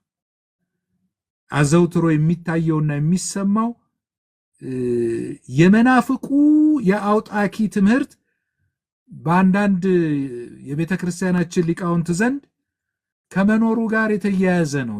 ይሄ ጉዳይ ባለፈው እንደነገርኳችሁ በአሁኑ ሰዓት በስልጣን ላይ የሚገኘውና ሌሎቹን ተጽዕኖ አድርጎ ይዞ ያለው የካራው ቡድን ነው። የካራና የአውጣኪ ኦልሞስት ተመሳሳይ ናቸው በአንዳንድ ጠባያቸው ከሚለያዩ በስተቀር። ስለዚህ ምን ማለት ነው? ቤተ ክርስቲያኗ የምልጃን፣ የጥብቅናን፣ የዋስትናንና በአጠቃላይ የኢየሱስ ክርስቶስን የሊቀ ካህናትነትና በአብ ቀኝ የመቀመጡንና የመካከለኛነቱን አገልግሎት ፍጡራን ለሆኑ ለመላእክት፣ ለቅድስት ድንግል ማርያም እና ቅዱሳን ለሚባሉ በአካለ ሥጋ ለሌሉ ቅዱሳን ተብለው ለተሰየሙ ሰዎች መስጠቷ ነው ማለት ነው። እንግዲህ ይህንን ጰራቅሊጦስ የሚለው ቃል ትርጉሙ ማለት ነው ጠበቃ ማለት ነው። ይህንን መጽሐፌ ላይ ስለ ጰራቅሊጦስ ተብሎ የተገለጠበት በጣም ብዙ መልኮች አሉት። በመጽሐፍ ቅዱስ ውስጥ 5 ጊዜ ጰራቅሊጦስ ወይም ፓራክሊቶስ የሚለው የግሪክኛ ቃል ተጠቅሷል። 5 ጊዜ በአዲስ ኪዳን ውስጥ። ከነዚህ ከ5ቱ ውስጥ 1 ጊዜ ብቻ የተጠቀሰው ለጌታችንና ለአምላካችን ለኢየሱስ ክርስቶስ ነው። 4ቱ የተጠቀሰው ለመንፈስ ቅዱስ ነው። 1 ጊዜ የተጠቀሰው በዚህ በአንደኛ ዮሐንስ ምዕራፍ 2 ቁጥር 1 ላይ ነው። በሌሎቹ ላይ የተጠቀሰው ጰራቅሊጦስ አጽናኝ ተብሎ ነው። እዚህ ላይ ግን በአንደኛ ዮሐንስ ምዕራፍ 2 ቁጥር 1 ላይ ጰራክሊቶን የሚለው ቃል ሲገባ እኛ አለን፣ ጠበቃ አለን ተብሎ ልክ በፍርድ ቤት ቃል በፍርድ ቤት ስርዓት ማለት ነው። ለተከሳሽ እኔ ያለሁ ዋጋ ከፍያለሁ፣ ይሄ ሰው ሊጠየቅ አይገባውም፣ ነፃ ነው ብሎ ከክስ ነፃ የሚያደርግ ስለ ምዕመኑ የሚከራከር ጠበቃ እንደሆነ ለመግለጥ ስለ ጌታችንና ስለ አምላካችን ስለ ኢየሱስ ክርስቶስ ቀርቧል ማለት ነው። እና እንደው ይሄ ትምህርት እሺ በ2000 ዓመተ ምህረት ላይ እትም ላይ የለም፣ ግን ይሄ ጥብቅና አሁን ዝም ብለን እንደው እኛ ብቻ መጽሐፍ ቅዱሱን ከቃላት ተነስተን ካረፍተ ነገሩ ተነስተን ከእግዚአብሔር ቃል ተነስተን ብቻ የተናገርነው ነው እንዴ? አባቶቻችን በዚህ ጉዳይ ላይ ስለ ኢየሱስ ክርስቶስ ጥብቅና አልተናገሩም እንዴ? አሁን ብዙ ሰዎች ኢየሱስ ጠበቃችን ነው ብለን ስንል በጣም ክብሩን ዝቅ ያደረገ ስለሚመስለን ብዙ ልንራገም ብዙ ሊከፋን ይችላል። ግን ይሄ እኮ የኦርቶዶክስ ትምህርት ነው። የኢየሱስ ክርስቶስ ጥብቅና እኮ ጠበቃ መሆኑ በኦርቶዶክስ አባቶች የተነገረ ትምህርት የተሰጠበት የተጻፈም ጭምር ነው። አዲስ ነገር አይደለም። ዘመን አመጣሽ አይደለም። ይህንን የምንመለከተው ቀለሜንጦስ ክሌሜንት ኦፍ አሌክዛንድሪያ የሚባለው ማለት ነው። እንደውም የኛው የግብጽ ማለት ነው። እንግዲህ የአንደኛ ዮሐንስ ምዕራፍ 2 ቁጥር 1 ይሄንን አሁን እየተነጋገርንበት ያለነውን ሲያብራራ እንዲህ ይላል። እንደውም አስፍቶ ነው የተናገረው። ክርስቲያኖች ይላል፣ ክርስቲያኖች 2 ጠበቆች አሉን፣ እነርሱም ይላል ቀለሜንጦስ ማለት ነው፣ የአሌክዛንድሪያው ቀለሜንጦስ 2 ጠበቆች አሉን አለ። እነርሱም በአብ ዘንድ ጠበቃ የሚሆነን ልጁ ኢየሱስ ክርስቶስና በእኛ ውስጥ ደግሞ የሚኖረው መንፈስ ቅዱስ ናቸው በማለት 2 ጠበቆች እንዳሉን ይናገራል። ጠበቃው ኢየሱስ ክርስቶስ ብቻ ሳይሆን መንፈስ ቅዱስም ጠበቃ ነው ብሎ ነው የሚናገረው። አንደኛው ጠበቃ ስለ ኃጢአታችን ምትክ ሆኖ ሞቶ የተነሳውና እኛን ወክሎ ስለ እኛ ማለት ነው በአባቱ ዘንድ ጠበቃ የሆነን ኢየሱስ ክርስቶስ ነው ይላል። ሁለተኛው ጠበቃ ደግሞ ኢየሱስ ካረገ በኋላ ከኛ ጋር አብሮን እንዲሆን የተላከልን መንፈስ ቅዱስ ነው በማለት አደምብሬሽን 1 በሚባል እንትኑ ጽፎልናል። ማን? ቀለሜንጦስ፣ የአሌክዛንድሪያው ቀለሜንጦስ። ሌላው ጎርጎሪዮስ ዘኒዝናዙ፣ የኒዝናዙ ጎርጎሪዮስ ስለ ኢየሱስ ክርስቶስ ጠበቃነት ሲናገር እንዲህ ብሏል። ኢየሱስ በአብ ዘንድ ጠበቃችን ነው ብለን ስንል ስለ እኛ ሲል በአብ ፊት ተንበርክኮ ይለምናል፣ ይሟገታል ማለታችን አይደለም እንላለን፣ ግን አኳኋኑ በዚህ መንገድ አይደለም። ይህ ተገቢ የሆነ አስተሳሰብም ጤነኛ የሆነ መንፈሳዊ መረዳትም አይደለም። ትርጉሙ የኔ ነው የተረጎምኩት። አብም እንዲህ አይነቱን ልመና አይፈልግም ደግሞም አይቀበልም። ነገር ግን ኢየሱስ በስጋዊው በተቀበለው መከራ በቃሉ በለመነው ልመናና በከፈለው ቤዛነት አብ ከኛ ጋር ለዘላለም እንዲኖር ያደርገዋል። ስለዚህ ጥብቅና ማለት ኢየሱስ ስለኛ በአብ ዘንድ መቀመጡ ነው ይላል። ይሄን ቴዎሎጂካል ኦሬሽን 30.14.5 ላይ ታገኙታላችሁ። ቴዎሎጂካል ኦሬሽን ግሪጎሪ ኦፍ ኒዝናዙ ማለት ነው። የሚላኑ አምብሮስ ኦፍ ሚላን ደግሞ እንዲህ ይላል ስለ ኢየሱስ ክርስቶስ ጥብቅና ምንድነው ያለው? ስለ እኔ ክብር ሲል በአብ ቀኝ ጠበቃ ሆኗል ይላል። ይህንኑ ሐሳብ ሲያብራራ እንዲህ ይላል፣ በክርስቶስ ደም ስለተዋጀሁ ልከብር አልችልም። ተመልከቱ፣ በክርስቶስ ደም ስለተዋጀሁ ልከብር አልችልም። የኃጢአትንም ስርየት ስላገኘሁ ልከብር አልችልም። ክብር ከመዳን ያለፈ ነው ማለት ነው። እኔ ልከብርና ወደ ክብር ልመጣ የምችለው ኢየሱስ በአብ ቀኝ ስለ እኔ ጠበቃ በመሆኑ ነው። ወደ ፍጽምና እንድደርስ ነው የሚለው አምብሮስ። ምክንያቱም የኢየሱስ ደም ስለ እኔ ፈሶልኛል፣ ዛሬም ያ ደም ስለ እኔ ይናገራል ይላል። ይሄን ኦን ጃኮብ ኤንድ ዘ ሃፒ ላይፍ በሚለው 6.21.6 ላይ ታገኙታላችሁ። እንግዲህ ከነዚህ የምንረዳው ምንድነው? የጌታችን የመድኃኒታችን የኢየሱስ ክርስቶስ በአብ ቀኝ መቀመጥና ስለኛ ጠበቃ ስለኛ ሊቀ ካህናት መሆኑ የክብር መገኛ የመክበሪያ መንገድ እንደሆነ ያስረዳናል። መዳን ብቻ አይደለም ክርስትና። ከዳንን በኋላ ከኃጢአት ነፃ ሆነን በእግዚአብሔር ፊት በንጽህና መቆምና መክበር ነው። እግዚአብሔርን መምሰል ነው። እንደውም በኦርቶዶክስ ትምህርት ይህንን ምን ይሉታል? ዲየፊኬሽን ይሉታል። የመለኮት ባህሪ ተካፋይ መሆን ይሉታል አበው ማለት ነው። ስለዚህ የኢየሱስ በአብ ቀኝ ጠበቃ ሆኖ የመቀመጡ ምክንያት ያዳናንን ልጆቹን ወደ ክብር ለማምጣት እንደሆነ ያሳያል። ሌሎችም አሉ። ጎርጎሪዮስም ታላቁ ጎርጎሪዮስ ግሪጎሪዮስ ዘ ግሬት ይህን ነገር በዚህ በጥብቅናው ጉዳይ ላይ ተናግሯል። ኢየሱስ ክርስቶስ በአብ ቀኝ ያለ የኛ ጠበቃ ነው። ከዚህ እሱ ፈራጅ ነው፣ እሱ ጠበቃ ነው፣ እሱ ዳኛ ነው፣ እሱ ሊቀ ካህናት ነው። እግዚአብሔር የተመሰገነ ይሁን። እሱ የኃጢአት ማስተሰሪያ የከፈለ ቤዛችን ነው። ስለዚህ ሌላ ቤዛ የለም፣ ሌላ አማላጅ የለም፣ ሌላ ጠበቃ የለም፣ ሌላ ፈራጅ የለም። ይሄ ሁሉ የተነገረው ኢየሱስ ክርስቶስ በሥጋ በመገለጡ ለእኛ ኃጢአተኞች ምትክ ሆኖ በመሞቱ በመቀበሩ በሦስተኛው ቀን ከሞት ተለይቶ በመነሳቱ በ40ኛው ቀን ወደ ሰማይ በማረጉ በአባቱ ቀኝ በመቀመጡ በ50ኛው ቀን መንፈስ ቅዱስን በመላኩ ስለ እኛ ሲል ያደረገው ሥራ ነው።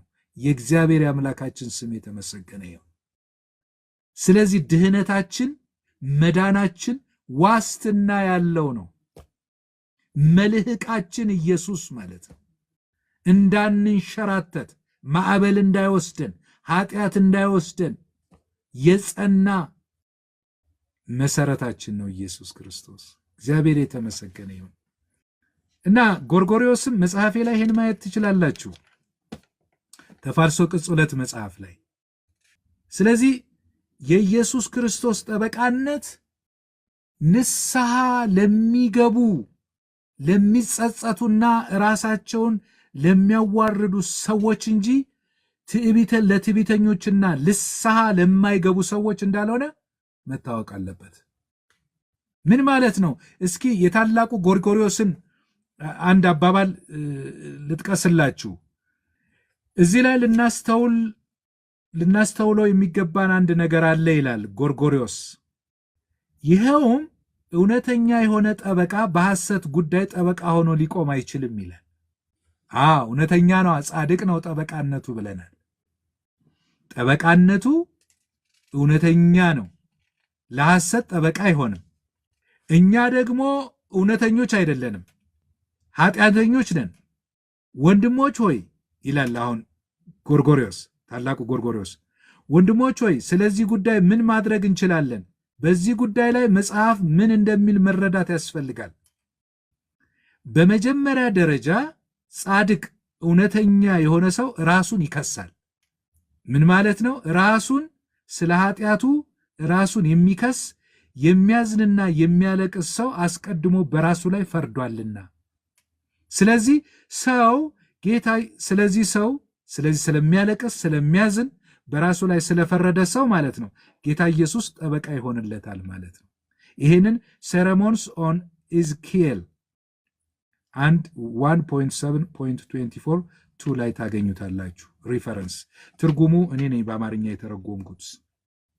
ስለዚህ አሁን ለትዕቢተኞች ሰዎች፣ ንስሐ ለማይገቡ ሰዎች አይደለም ጥብቅናው። ምን ማለት ነው?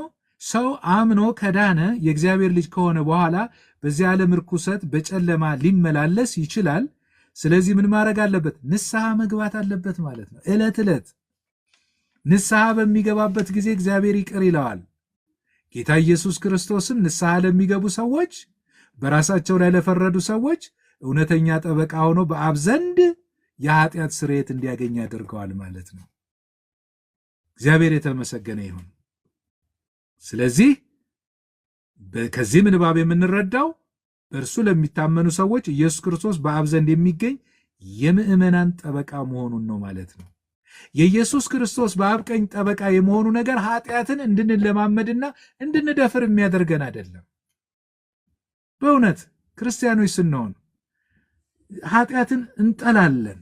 በውስጣችን ያለው የእግዚአብሔር መንፈስ ኃጢአትን እንድንጠላ ያደርገናል። ከእግዚአብሔር ስንወለድ ኃጢአትን ለማድረግ እንደ ድሮ አንንቀዠቀዥም። ኃጢአትን ከሰራን ደግሞ ምን እናደርጋለን? ንስሐ እንገባለን።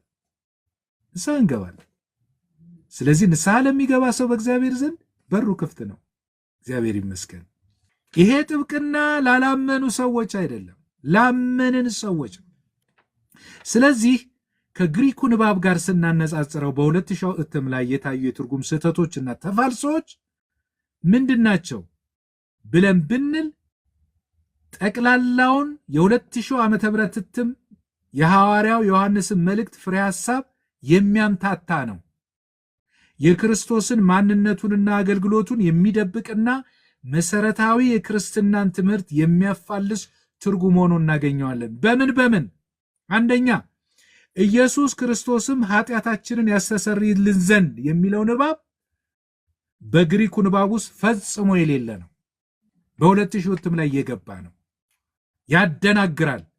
እዚህ ውስጥ የሚናገረው ኢየሱስ ክርስቶስም ኃጢአታችንን ያስተሰርይልን ዘንድ የሚል የለም። በስርዋጽ የገባ ሐረግ ነው፣ አረፍተ ነገር ነው። ሁለተኛ በዚህ በስርዋጽ በተጨማሪነት በገባው ኢየሱስ ክርስቶስም ኃጢአታችንን ያስተሰርይልን ዘንድ በሚለው ንባብ ምክንያት ጻድቅ ነው የሚለውን ቅጽል በገላጭነት የተጠቀመው በቀጥታ ከኢየሱስ ክርስቶስ ኃጢአትን ከማስተሰረይ ችሎታው ጋር ነው። ጰራቅሊጦስ የሚለው የገባው ከምንድን ነው ማለት ነው? ኢየሱስ ክርስቶስም ጻድቅ ነው ከሚል ጋር የተያያዘ ነው። ስለዚህ ጻድቅ ነው የተባለው የኢየሱስን አገልግሎት ከጠበቃነቱ ወይም ከጰራቅሊጦስነቱ ጋር አላያያዘውም። ራሱን የቻለ አረፍተ ነገር ነው። ሶስተኛ በተጨማሪነት በገባው ኢየሱስ ክርስቶስም ኃጢአታችንን ያስተሰርይልን ዘንድ ጻድቅ ነው በሚለው ንባብ ውስጥ ጻድቅ ነው በሚል ቃል የተነገረው ኢየሱስ ጻድቅነቱ የተነገረው ኃጢአትን ከማስተሰረይ ችሎታው ጋር እንጂ ከጠበቃነቱ ጋር ፈጽሞ የተገናኘ አይደለም። በዚህ ምክንያት ማለት ነው ጠቅላላውን ሐዋርያው ቅዱስ ዮሐንስ የተናገረበትን የኢየሱስ ክርስቶስን ጠበቃነት ወይም ጰራቅሊጦስነት አጥፍቶታል። እዚህ ጋር የቃላት ለውጥ ጰራቅሊጦስ የሚለውን ጠበቃ አላለውም የሚል ብቻ አይደለም። አራተኛ ጰራቅሊጦስ የሚለው ቃል እንዳለ ሳይተረጎም በመታለፉ በአብ ዘንድ ያለው ጰራቅሊጦስ የተባለው አካል ከኢየሱስ ክርስቶስ የተለየ አካል እንጂ ኢየሱስ ራሱ ጰራቅሊጦስ መሆኑን አይገልጽም። ጰራቅሊጦስ አለን ካለ በኋላ ኢየሱስ ክርስቶስም ብሎ ነው አዲስ አረፍተ ነገር የሚጀምረው። በአብ ዘንድ ምን አለን? ጠበቃ ጰራቅሊጦስ አለን ካለ በኋላ ኢየሱስ ክርስቶስም ኃጢአታችንን ያስተሰርይልን ዘንድ ጻድቅ ነው ይላል። ስለሌላ ይናገራል። ስለዚህ ኢየሱስ ጰራቅሊጦስ አይደለም ማለት ነው። ቅድም እንትን ያለው ላይ በአጠቃላይ የ2000 እትም ትርጉም ጌታ ኢየሱስ ከትንሣኤው በኋላ በአብ ዘንድ የመቀመጡን በሞትና በትንሣኤ ያዳናቸው ምዕመናን በምድር ላይ ሲኖሩ በኃጢአት ቢወድቁ ሊያነሳቸውና ወደ ፍርድ እንዳይገቡ በጥብቅና ሊቆምላቸው እንደሚችል የሚናገረውን የኢየሱስ ክርስቶስን የሊቀ ካህናትነት አገልግሎቱንና የምዕመናን ዋስትና መሆኑን የሚናገረውን ይህን በአንደኛ ዮሐንስ ምዕራፍ 2 ቁጥር 1 ላይ የተጻፈውን ታላቅ የእግዚአብሔር ቃል አጥፍቶታል ማለት ነው። ስለዚህ የ2000 እትም ማለት ነው ጰራቅሊጦስ የሚለውን ቃል ወደ አማርኛ ተርጉመው ያለማስቀመጣቸው አቻ የሆነ የአማርኛ ቃላት አተውለት አይደለም። በእውነት አተውለት አይደለም። በሌሎች የመጽሐፍ ቅዱስ ክፍሎች ስለ መንፈስ ቅዱስ አጽናኝነት በተነገረባቸው ምንባባዎች ውስጥ አጽናኝ ተብሎ በአማርኛ ተተርጉሟል። እዚህ ላይ ግን እንዳለ ጰራቅሊጦስ ብለው ነው ያስቀመጡት። ጰራቅሊጦስ ብለው ሲያስቀምጡትም ጰራቅሊጦስ አለን ካሉ በኋላ እንደገና ኢየሱስ ክርስቶስም ብለው አዲስ አረፍተ ነገር በመጀመር የኢየሱስ ክርስቶስን ጰራቅሊጦስነት ለይተውታል። ስለዚህ ጰራቅሊጦስ በሌላው ትርጉም ላይ አጽናኝ ቢባል እንኳ አጽናኝ የተባለው መንፈስ ቅዱስ እንጂ ኢየሱስ ክርስቶስ አይደለም ማለት ነው። አውገርግረውታል ሲተረጉሙ። ተገቢ አይደለም። ይሄ በዚህ ስፍራ ያልተተረጎመበት ዋናው ምክንያት ደጋግሜ ነው እየተናገርኩ ያለሁት ኃይለ ቃሉ የሚናገረው ስለ ኢየሱስ ክርስቶስ ስለሆነና ኢየሱስ ክርስቶስን አጽናኝ ወይም ጠበቃ ወይም ረዳት ብሎ መናገሩ በመተርጉማን ዘንድ እንደ ኑፋቄ ተደርጎ ስለሚቆጠርና አስቀድሞ በተደጋጋሚ ሰሞኑን ሁሉ እየተናገር ነው እየገለጥ ነው ባለው ይሄ 2000 እትም የተተረጎመበት ምክንያት ቤተክርስቲያናችን የአጽናኝነቱን የጥብቅናውን የአማላጅነቱን አገልግሎት ይሄ አገልግሎት ለማይገባቸው ፍጡራን ስለሰጠች ነው። ስለዚህ የ2000 እትም ማሳተም ያስፈለገው በዚሁ ምክንያት እንደሆነ ያው ባለፈው ተነጋግረናል ማለት ነው። የእግዚአብሔር የአምላካችን ስም የተመሰገነ ይሁን። ስለዚህ በጣም ያሳዝናል። ቅድም እንዳልኳቸው 5 ጊዜ ተጠቅሷል ጰራቅሊጦስ የሚለው ስም። አንድ ጊዜ ብቻ ነው ስለ ጠበቃነቱ በአንደኛ ዮሐንስ ምዕራፍ 2 ቁጥር 1 ላይ የተነገረው። በቀሪዎቹ 4ቱ የተነገረው ስለ መንፈስ ቅዱስ ነው። ስለዚህ በአዲስ ኪዳን ውስጥ አንድ ጊዜ ብቻ ስለ ኢየሱስ ክርስቶስ የምዕመናን ጠበቃ ስለመሆኑ የተነገረበትን ጰራቅሊጦስ የሚለውን ቃል ኢየሱስ ክርስቶስን በማይገልጥ ሁኔታ አዛብቶ አንሻፎና አድበስብሶ ልጆቼ ሆይ እንዳትበድሉ ይህን እጽፍላችኋለሁ፣ የሚበድልም ቢኖረው ከአብ ዘንድ ጰራቅሊጦስ አለን፣ ኢየሱስ ክርስቶስም ኃጢአታችንን ያስተሰርይልን ዘንድ ጻድቅ ነው ተብሎ እንዲተረጎም መደረጉ ምን ያህል ታላቅ ስህተት እንደተፈጠረ ያመለክታል ማለት ነው። የእግዚአብሔር አምላካችን ስም የተመሰገነ ይሁን። እንግዲህ ብዙ ነገሮችን ያየን ይመስለኛል። ኢየሱስ ክርስቶስ ጠበቃችን ነው፣ ዋስትናችን ነው፣ የመዳናችን ዋስትና ነው። ስለዚህ በዚህ ልንመካ ጠበቃ አለን ብለን ደግሞ ዝም ብለን በኃጢአት ልንመላለስ አይገባንም እና ይሄ በጣም አስፈላጊና ዋና ነገር ነው። የ2000 እትም ግን ይህንን ነገር አንሻፎ አንጋዶ እንደው ውስብስብ አድርጎ መጽሐፍ ቅዱስ እኮ የሚጻፈው በትርጉም የሚተረጎመው ለምንድን ነው ተብሎ ቢባል ሌላ ምንም አይደለም። የመጽሐፍ ቅዱሱ የእግዚአብሔር ቃል ለሰዎች ግልጽ እንዲሆን ማድረግ ነው፣ ማቅለል ነው። የተለያዩ ትርጉሞች ዓላማቸው ይሄ ነው። ይሄ ግን የ2000 እትም ግን የራሱ የሆነ ዓላማ ስላለው ግልጽ ማድረግ ሳይሆን ማድበስበስ ነው፣ መሸፈን ነው። ሌላ ጊዜም እንመለከታቸዋለን እነዚህን ጉዳዮች። የእግዚአብሔር የአምላካችን ስም የተመሰገነ ይሁን። አግዛቸው ገብተሃል? አሁን ገብቻለሁ። ኔትወርክ ትንሽ አስቸገረኝ። ይሰማል ድምፅ? አሁን ገባል? አዎ ይሰማል። አሁን አግዝዬ። መልካም። ብዙ ነገር እንዳመለጠኝ አስባለሁ። ያው ኔትወርክ ዛሬ አስቸጋሪ ሆኗል እኔ ጋር። እግዚአብሔር ይመስገን። ጥሩ ነው እንግዲህ ያቀረብከው ነገር። ይሄ የ2000 ዓመተ ምህረት መጽሐፍ ቅዱስ የኢትዮጵያ ኦርቶዶክስ ተዋሕዶ ቤተክርስቲያን ለአስተምህሮዋ እንዲስማማ አድርጋ ያሳተመችው መጽሐፍ ቅዱስ ነው እያልን ስንናገር ውሸት ነው እያሉ በተለይ እዚህ ቲክቶክ ላይ ያሉ ወንድሞች ያው ሲሟገቱ ሰምተናል። ብዙ ጊዜ እዚህም ቤት ገብተው ለአስተምህሮዋ እንደሚስማማ አድርጋ ነው ያቀረበችው የሚለውን ሐሳብ ያው አይኔን ግንባር ያደርገው ብለው ለመቀበል ፈቃደኛ አልሆኑም እና እንደዚህ ያልነው ግን በተጨባጭ ማስረጃ ነው። ያው መጽሐፍ ቅዱሱ ከወጣበት ጊዜ ጀምሮ ከግዕዙም ንባብ ጋር ጭምር የማይስማማ ሐሳብ ነው እንግዲህ በውስጡ የምናገኝበት።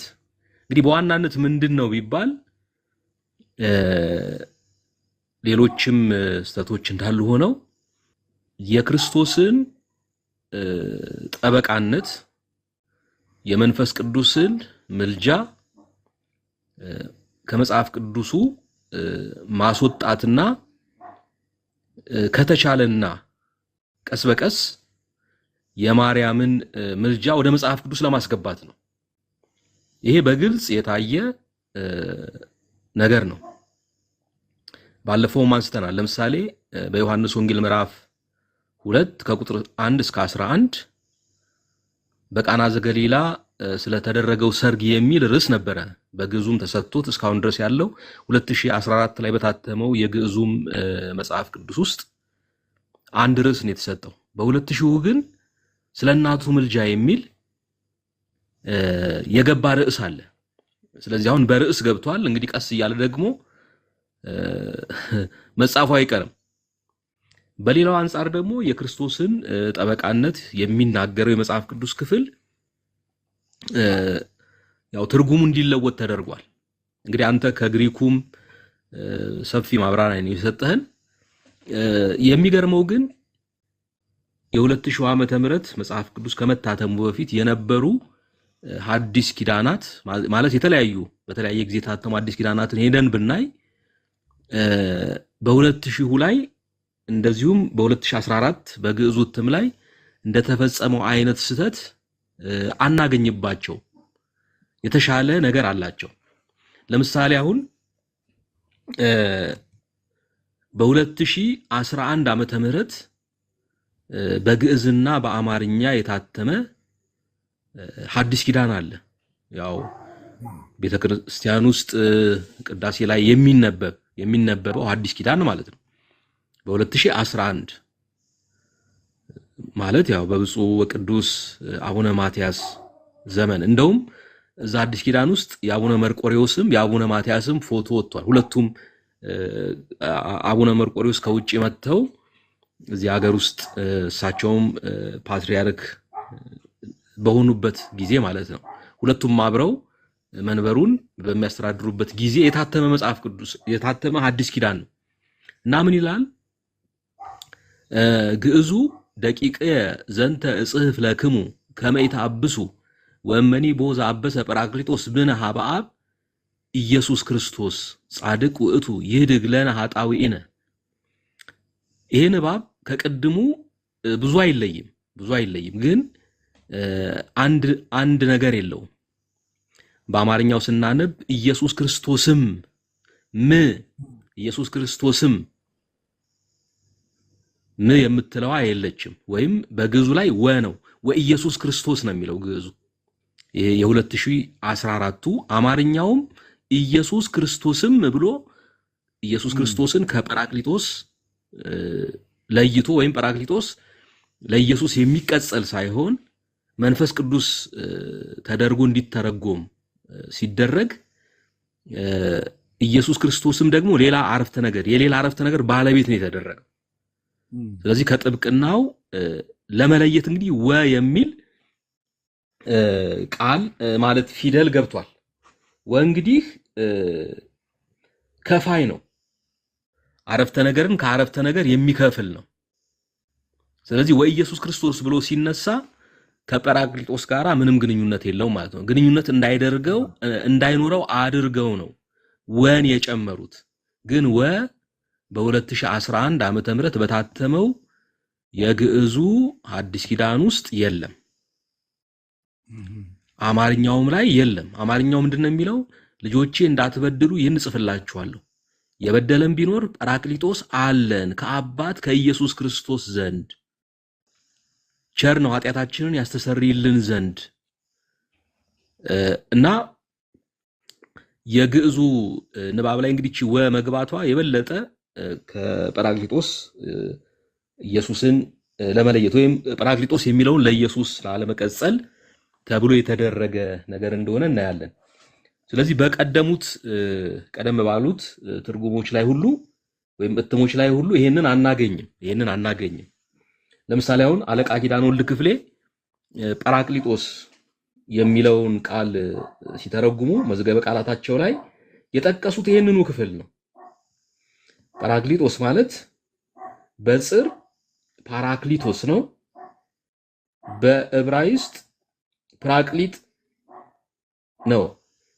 ምን ማለት ነው? አማላጅ፣ አስታራቂ፣ አፍ፣ ጠበቃ፣ ቱርጁማን፣ አምጃር፣ እያጣፈጠ የሚናገር እያሉ ይቀጥላሉ። ለዚህ ማስረጃ አድርገው ያቀርባሉ። የሚያቀርቡት አንድ ጥቅስ ነው። አንድ ጥቅስና ሌላ ደራሲ የተናገረው አለ። አንዱ ጥቅስ ይሄ አንደኛ ዮሐንስ ምዕራፍ 2 ቁጥር 1 ወእመኒ ቦዛ አበሰ ብነ ሀበ አብ ጰራቅሊጦስ ኢየሱስ ክርስቶስ ጻድቅ ነው የሚለው። ስለዚህ ይሄን ቃል በተለያየ መንገድ እንግዲህ ኢየሱስን እንዳይገልጥ ለማድረግ ጥረት አድርገዋል። ስለዚህ የግዕዙን ንባብ ጭምር በማበላሸት ትርጉሙንም እንደዛው ሌላ መልክ እንዲይዝ በማድረግ ነው እንግዲህ ይሄ መጽሐፍ ቅዱስ ክፍል በተጻፈበት መንፈስ እንዳይነበብ፣ ሰው በተጻፈበት መንፈስ እንዳይረዳው፣ በተለይም ኢየሱስ ክርስቶስ ጠበቃዬ እንዳይል ጠበቃውም እንዳይሆን ለማድረግ ተብሎ የተሰራ እንደሆነ እንመለከታለን። እንግዲህ እንደዚህ አይነቱ አካሄድ የተለመደ ነው ማለት በኦርቶዶክስ ቤተክርስቲያን ውስጥ በስፋት የምናየው ነው። አሁን ለምሳሌ ሃይማኖተ አበው ውስጥ እንደው አንድ ንባብ ማምጣት እችላለሁ። ዮሐንስ አፈወርቅ በዮሐንስ አፈወርቅ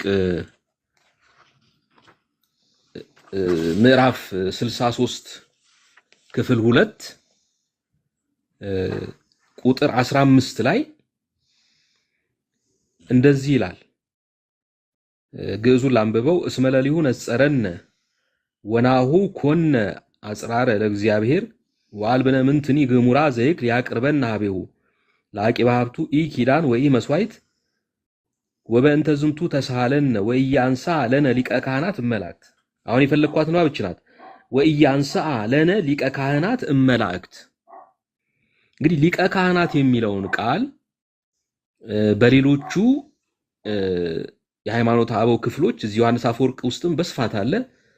ወደ አማርኛ ሲመልሱት በተለይ ከኢየሱስ ክርስቶስ ጋር ከተገናኘ አስታራቂ እያሉ ነው የሚተረጉሙት። ግዕዙ ሊቀ ካህናት ያለውን አማርኛው አስታራቂ ይላል። እዚህ ጋር ግን ሲደርሱ ወኢያንሳ ለነ ሊቀ ካህናት እመላእክት፣ ከመላእክት ወገን ሊቀ ካህናት አልሾመልንም ነው የሚለው። አሁን አልተረጎሙትም። ምክንያቱም ሊቀ ካህናት ማለት ምን ማለት ነው? አስታራቂ ማለት ነው። ስለዚህ ሊቀ ካህናትን ቢተረጉሙት የመላእክት ምልጃ የሚለውን ትምህርት ያፈርስባቸዋል። ስለዚህ ምን ብለው ተረጎሙት? ዙፋኑን ከበው ከሚቆሙ ከመላእክት ከኃይላትም ወገን ሊቀ ካህናት አልሾመልንም አሉት። ሊቀ ካህናት አልሾመልንም። አያሁን ሊቀ ካህናት የሚለው ሰወር ያደርገዋል ማለት ነው ምስጢሩን። ሊቀ ካህናት ማለት ግን ያው አስታራቂ ማለት ነው። አስታራቂ ተብሎ በሌሎች ክፍሎች ተተርጉሟል።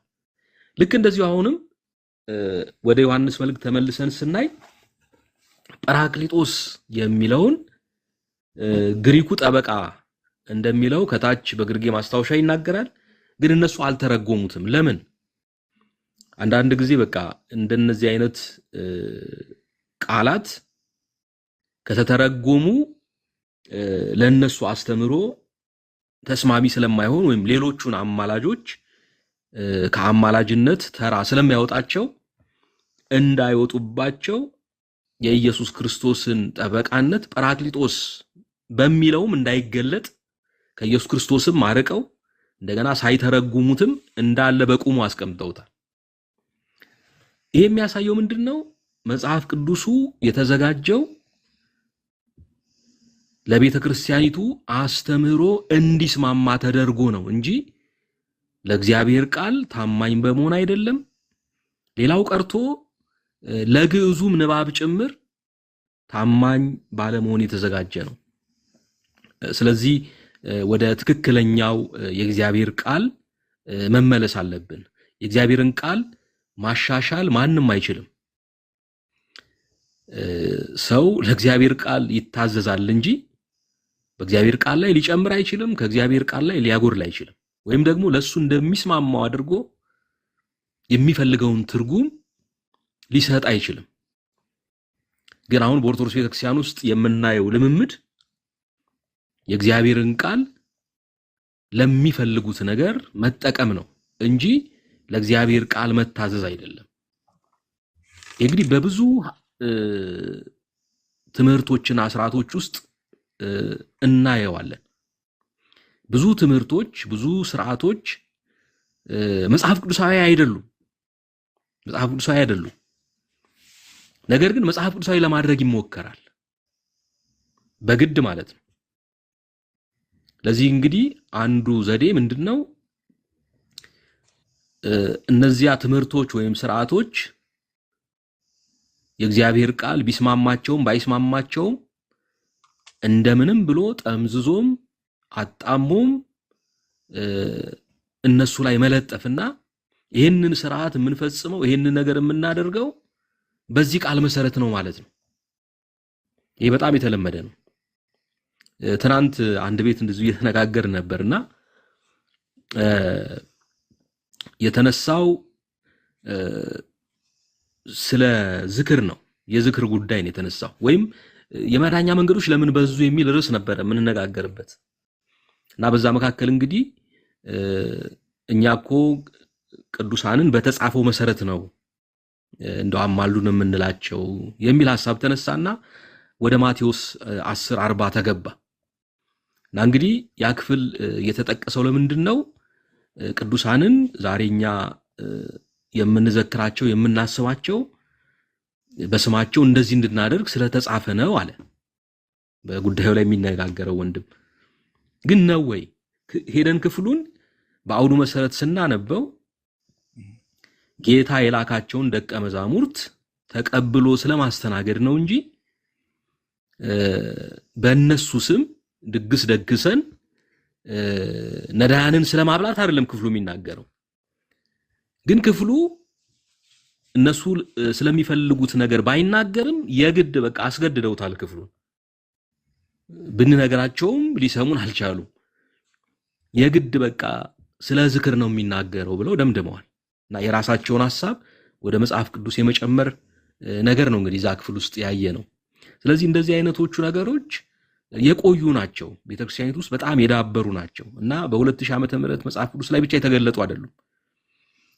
መጽሐፍ ቅዱስን ለአስተምሮ እንዲስማማ አድርጎ መተርጎም በጣም የተለመደ አካሄድ ነው። ምክንያቱም መጽሐፍ ቅዱስ የማያውቃቸው ብዙ ትምህርቶች፣ ብዙ ልምምዶች ልክ አይደሉም እንዳይባሉ የግድ አንድ የሆነ መጽሐፍ ቅዱሳዊ ጥቅስ ያስፈልጋቸዋል። ያ መጽሐፍ ቅዱሳዊ ጥቅስ ይደረብላቸዋል። ከዛ በኋላ በቃ ያንን ለብሰው እውነተኛ መስለው ይቀመጣሉ። እንደዚህ አይነቱን ነገር ነው እንግዲህ ያየን ያለ ነው። ስለዚህ አሁን ክርስቶስ ጠበቃ አይደለም፣ ክርስቶስ አማላጅ አይደለም። እንግዲህ አንድ ጊዜ ባቀረበው ምልጃ ሁልጊዜ እኛን የሚረዳን የሚያግዘን መሆኑን የሚናገረውን የመጽሐፍ ቅዱስ ክፍል ላለመቀበል ሲባል ምንድነው እንግዲህ የተደረገው? ቃሉን መለወጥ፣ ቃሉን እስከ መለወጥ ነው የሄዱት። በቃ ስለ ኢየሱስ ክርስቶስ የተጻፈውን ለሱ እንዳይነገር ቃሉን በሌላ ቃል በመተካት በመለወጥ ትርጉሙ እንዳይታወቅ በማድረግ ብዙ ሸፍጥ፣ ብዙ ደባ ተሰርቷል። ይሄ እንግዲህ ማንን ደስ ለማሰኘት ነው? እግዚአብሔር ያዝናል በዚህ ነገር። ምክንያቱም የእግዚአብሔርን ቃል ማጣመም፣ የእግዚአብሔርን ቃል መለወጥ ከቤተ ክርስቲያን አይጠበቅም። ቤተ ክርስቲያን የተቀበለችውን ቃል አክብራ ይዛ ራሷን እያየችበት እየመረመረችበት አስተምህሮዋን ማስተካከል፣ ስርዓቷን ማስተካከል እንጂ በስርዓቷ መሰረት መጽሐፍ ቅዱስን ማረምና ማስተካከል ይሄ ተሰምቶም ታይቶም አይታወቅም። በእግዚአብሔር ዘንድ ትልቅ ፍርድን የሚያመጣ ነገር ነው። ስለዚህ ወገኖቻችን በቅንነት ወደ እግዚአብሔር ቃል ተመልሳችሁ የእግዚአብሔር ቃል ለሚለው ነገር ብትታዘዙ፣ እግዚአብሔር የሚለውን ብትሰሙ መልካም ነው እንጂ መጽሐፍ ቅዱስን እናንተ ለምትፈልጉት ነገር የምትጠቅሱ ከሆነ ለእናንተ ደግሞ የማይስማማ ሆኖ ሲገኝ ትርጉሙን እያጣመማችሁ የምትለውጡ ከሆነ በዚህ ነገር እግዚአብሔር አይከብርም፣ እናንተንም የባሰ ፍርድ ነው የሚጠብቃችሁና ከዚያ እንድናመልጥ ሁላችንም የእግዚአብሔርን ቃል በአክብሮት እናንብብ፣ እንመራበት፣ እንኑርበት እና እግዚአብሔር ይርዳን። ተባረኩ። አመሰግናለሁ ስለተሰጠኝ እድል።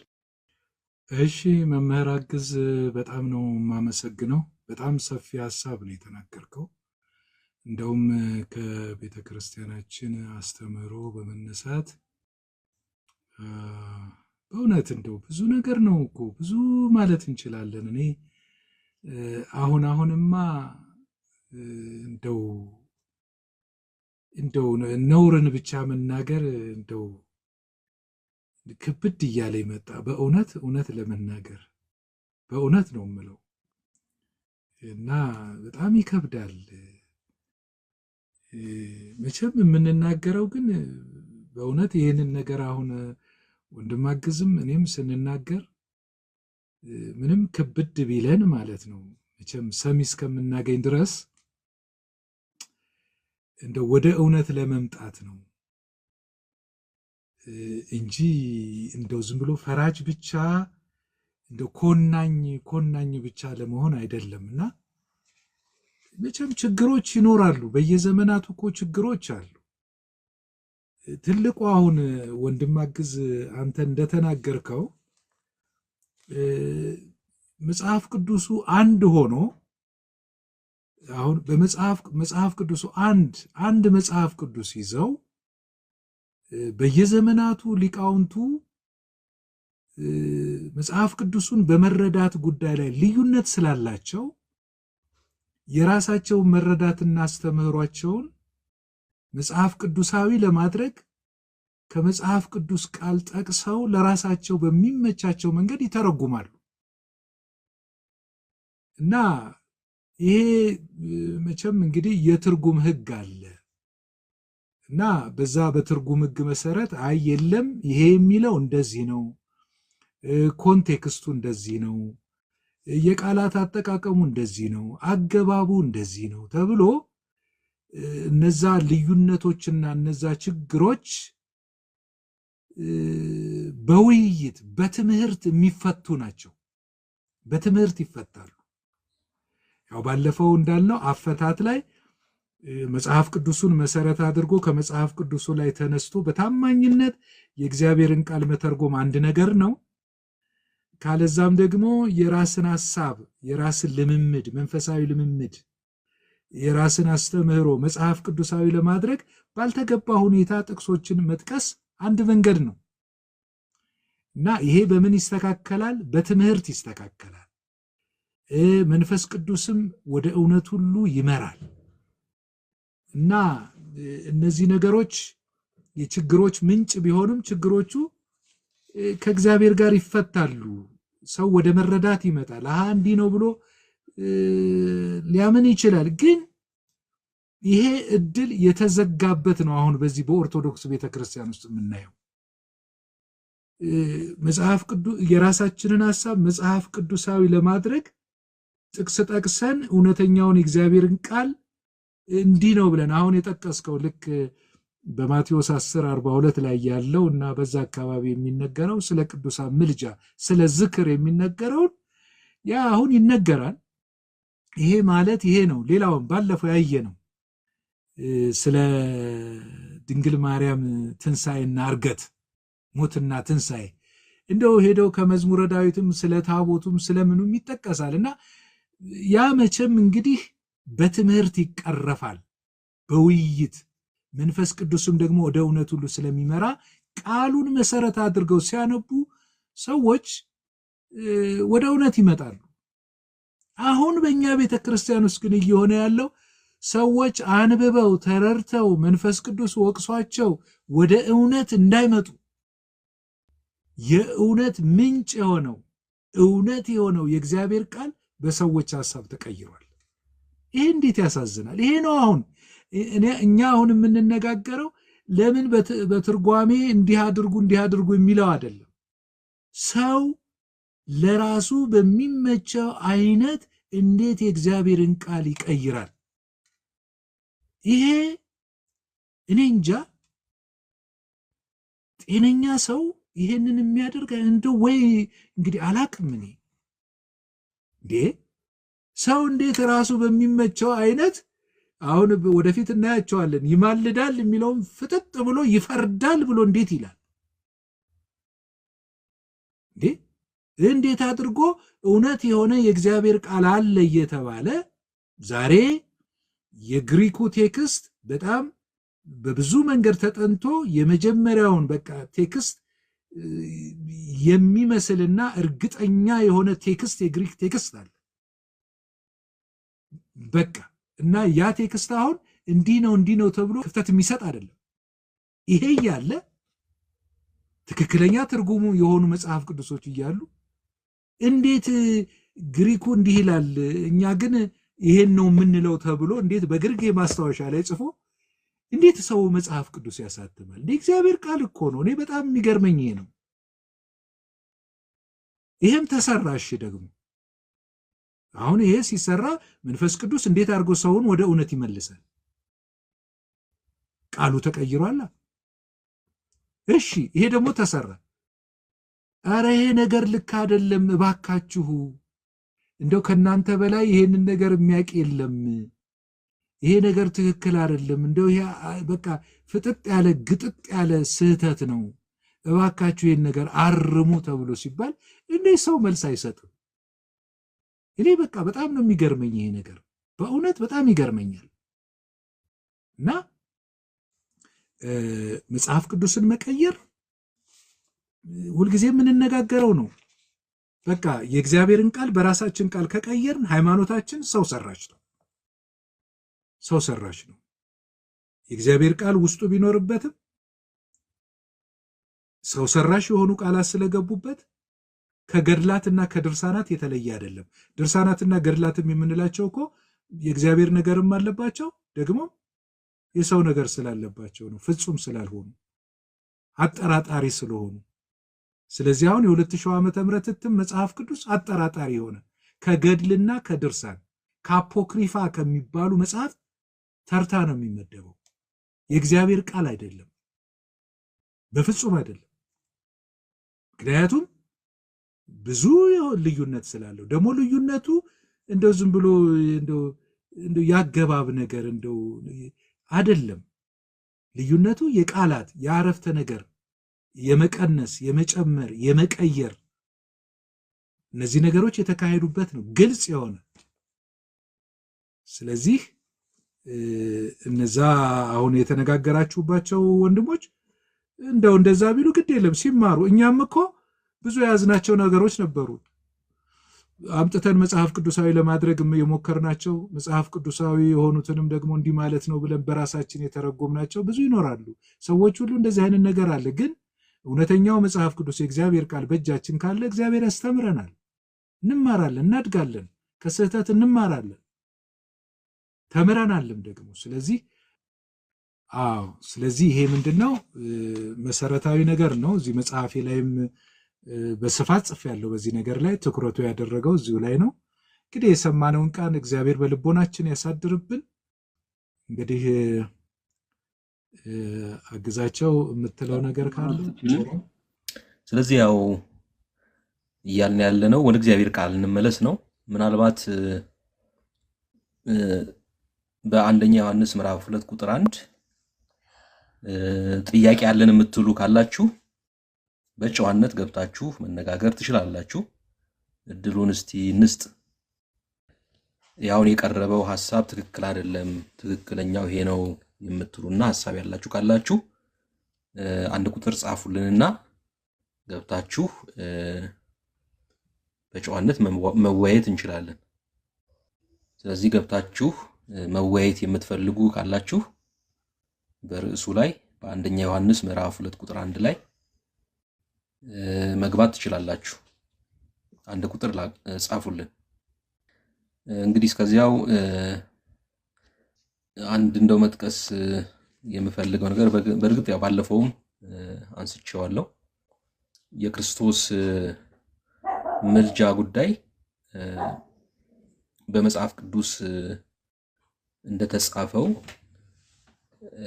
በአንዳንድ ቤተክርስቲያን መጽሐፍት ውስጥም ተጽፎ ይገኛል። አንተ ቅድም ቀሌምንጦስን እንደጠቀስክ እዚሁ ሀገር በቀል በሆኑ መጽሐፍትም ውስጥ ጭምር ተጽፎ ይገኛል። በተለይ በአምልኮት መጽሐፍት ውስጥ ቅዳሴ ውስጥ አለ፣ ሰዓታት ውስጥ አለ፣ ድጓ ውስጥ ይኖራል፣ ዚቅ ውስጥ ይኖራል። ሌላው ቀርቶ አንዳንድ ገድላትና ድርሳናት ውስጥም አለ እና እዚያ ጋር ተጽፏል።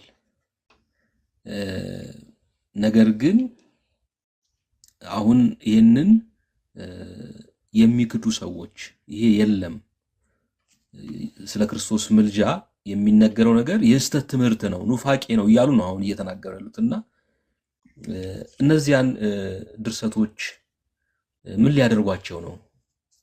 ምክንያቱም የቤተክርስቲያን መጽሐፍት ናቸው። በየጊዜው አምልኮት ይፈጸምባቸዋል። ለምሳሌ አሁን በመጽሐፈ ሰዓታት ያው ሌሊት አምልኮት ይፈጸማል።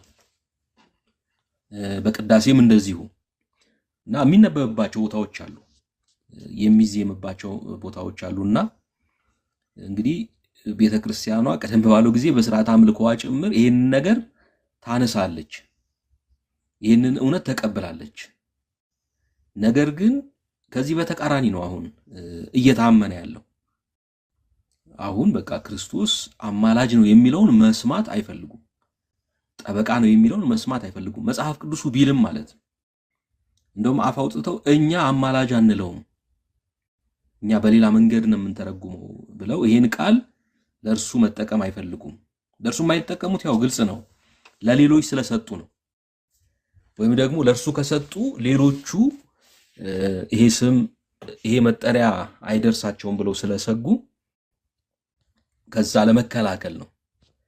ስለዚህ እሱን ምን ያደርጉታል? ፈራጅ ያደርጉታል። ፈራጅ ያደርጉታል። ግን ኢየሱስ ክርስቶስ ዛሬ ፈራጅ አይደለም። ፈራጅ የሚሆነው ወደፊት ሲመጣ ነው። አሁን ግን በእርሱ በኩል የሚመጡትን የሚያስታርቃቸው የእርሱ ስለሆኑት ደግሞ የሚማልድ ሊቀ ካህናት ነው።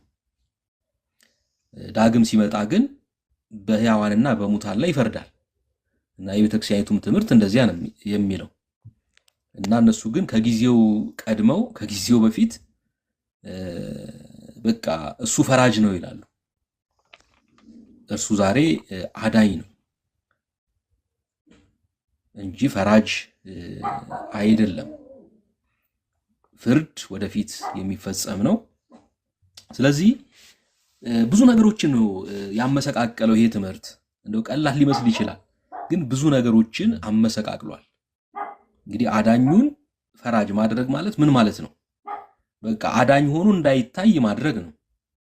እሱ ፈራጅ ነው። ስለዚህ ሌሎች ያድኑን፣ የሚያድኑን ሌሎች አሉ ብሎ ወደ ማመን ተሄዷል። ስለዚህ ቅዱሳን አዳኞች ናቸው። ያው አማላጅ ይባላል እንጂ የማዳን ስራ ነው የሚሰሩት። ምክንያቱም ገድላትና ድርሳናት የሚሰብኩት በዋናነት ቃል ኪዳን ነው። እግዚአብሔር ገባላቸው በተባለው ቃል ኪዳን በኩል ሰዎች ልዩ ልዩ ነገር እያደረጉ እንደሚድኑ ይናገራሉ። ስለዚህ ኢየሱስን ከመካከለኛነቱ ስፍራ ከአማላጅነቱ ከጠበቃነቱ ሲነሳ እና ፈራጅ ሲደረግ ሌሎች ናቸው ማለት ነው አዳኞች የሚሆኑት። የሱን ቦታ ሌሎች ወስደዋል ማለት ነው። እንደገና እሱ ደግሞ ወደፊት የሚያከናውነውን ተግባር ዛሬ እንደሚያከናውን ተደርጎ እየተነገረ ነው። እንግዲህ ሮሜ 8:34 ይፈርዳል የተባለው ከዚህ በፊት አይተነዋል። ግዕዙም አይልም እዛ ጋር ይፈርዳል የሚል ሐሳብም የለም። ግን የግድ በቃ የነሱን አስተምህሮ ወደ መጽሐፍ ቅዱስ በመጨመር ለአስተምህሯቸው እንዲስማማ አድርገው ነው ያቀረቡትና ይሄ አቋም እንግዲህ ከቤተ ክርስቲያን የአምልኮት መጽሐፍትም አንዳንድ ጊዜ በገድላት በድርሳናት ውስጥም ስለ ክርስቶስ ምልጃ ከተጠቀሰው ሐሳብ ጋር ጭምር የሚጋጭ መሆኑን ያው ለማሳየት ብዬ ነው። እንግዲህ ቁጥር የጻፈልን የለም፣ ጥያቄ ካላችሁ ብለን ነበረ። ስለዚህ ለወደፊቱም እንደሱ እናደርጋለን። ማለት ዛሬ ትንሽ ኔትወርኩ ስለረበሸን ነው እንጂ በተለይ እኔ ጋር ኔትወርክ አልነበረም። ስለዚህ ከመጀመሪያው ጀምረን ትምህርቱን አጠር ባለ መልኩ ካቀረብን በኋላ በዛው ትምህርት ላይ ሌሎች ጥያቄ ሐሳብ ያላቸው ገብተው በጨዋነት እንዲወያዩ ለማድረግ እያሰብን ነውና እንደሱ እናደርጋለን። አሁንም ካላችሁ በርዕሱ ላይ መነጋገር እንችላለን። ስለዚህ ወደ አንተ መምህር አንተ ቀጥልና ከሌለ ያው እንግዲህ እንጨርሳለን። እግዚአብሔር ይባርክ ወንድሜ። እንግዲህ ወደፊት በጥያቄና መልስ እና በውይይት ብናረገው ጄኒውንሊ ለሚቀርቡ ጥያቄዎችና መልሶች ለመካፈል ጥሩ ነው ብናደርገው። ግን እንደው እኔ ስርዓቱ እንደው ትንሽ አንዳንድ ቦታ ላይ የማይመቸኝ አለ፣ ጋጠ ወጥነት አለ። እንደው በእግዚአብሔር ቃል ላይ ማለት ነው። የእግዚአብሔር ቃል ያስፈራል። የእግዚአብሔር ቃል ክቡር ነው። የምንነጋገረው በእግዚአብሔር ፊት ነው። የምንነጋገረውም ደግሞ የእግዚአብሔር ቃልን ነው እና እንደዛ ስለሆነ አንዳንድ ተገቢ ያልሆኑ ነገሮች እንዳይኖሩ እንጂ ጥያቄና መልስ በጣም ጥሩ ነው፣ ለማወቅ ለመረዳት፣ ለማስተማርም ለመማማርም በጣም አስፈላጊ ነው። እኛ እዚህ ያለነው በማንም ላይ ለመፍረድ አይደለም። በማንም ላይ ለመፍረድ ወይም ለመኮነን አይደለም። እኔ ደጋግሜ ነው የምናገረው። ያለንን ነገር ለቤተ ክርስቲያናችን ጥቅም፣ ለእግዚአብሔር ሕዝብ ዛሬ ሕዝባችን እግዚአብሔርን ይፈልጋል። ወደ እውነት እንዲመጡ እውነቱን ከሐሰት እንዲለዩ እና በዚህ በ2000 ዓመተ ምህረት መጽሐፍ ቅዱስ ላይ የተሰራው ጥፋት በእውነት በጣም ታላቅ ጥፋት ስለሆነ በዛ ጉዳይ ላይ የግድ መናገር ስላለብን ነው የምንናገረው እንጂ ጥፋቶች ሁልጊዜ በዘመናት ሁሉ ይኖራሉ። እኛ ጥፋትን አነፍንፈን አውጥተን እንደው ሰውን ጥፋተኛ ናችሁ እያሉ ለመክሰስ አይደለም እና ጥፋቶች እንኳ ቢኖሩ በትምህርት በውይይት ሊፈቱ ይችላሉ። ትምህርት አንዱ አስፈላጊነቱ እዚህ ላይ ይሄ ነው ዋናው ነገር። ቤተክርስቲያን በትምህርት ነው የምትታነጸው እና ትምህርት አስፈላጊ ነው። ግን ትምህርት መሆን የሚችለው በእግዚአብሔር ቃል ላይ ሲመሰረት ነው። እግዚአብሔር ቃል ከተጣመመና ከተበላሸ ትምህርቱም ትምህርት አይሆንም እና መቼም አሁን በዚህ በምናቀርበው ስህተት አለበት በምንላቸው ነገሮች ላይ ስህተት የለባቸውም መጽሐፉ ትክክል ነው ብሎ እንደው ደፍሮ በዚህ ጉዳይ ላይ እንዲህ ነው ማለት የሚችል ሰው ያለ አይመስለኝም በፍጹም። ምክንያቱም ግልጽ የሆኑ ስህተቶች በራሱ በመጽሐፍ ቅዱሱ የግርጌ ማስታወሻ ላይ ሰፍሯል። እንደገና እዚህ ማብራሪያ እንሰጣለን። የችግሩን ታላቅነት ለማሳየት ካልሆነ በስተቀር ማለት ነው። ስለዚህ ከዛ አንጻር ጥያቄዎች ቢኖሩ ብንመልስ ብንነጋገር ደስ ይላል። ለዛሬው እንግዲህ በዚሁ ላይ ብንጨርስ እግዚአብሔር የሰማነውን ቃል በልቦናችን ያሳድርብን። እግዚአብሔር አምላካችን ደግሞ እንዲህ አይነት ጊዜ ስለሰጠን እግዚአብሔርን እናመሰግነዋለን። በዚህ የነበራችሁ እና ሼር በማድረግ አስተያየትን በመስጠት አብራችሁን የቆያችሁ አብራችሁን ከኛ ጋር ያገለገላችሁ የሰማችሁ ወንድሞቻችንና እህቶቻችን እግዚአብሔር አምላክ ይባርካችሁ። እግዚአብሔር አምላካችን ሆይ እናመሰግናለን ስለሰጠን ጊዜ። ቀሪው ጊዜና ሰዓታችንን ሁሉ ባርክልን። በጌታችን በመድኃኒታችን በኢየሱስ ክርስቶስ ስም እናመሰግናለን። አሜን።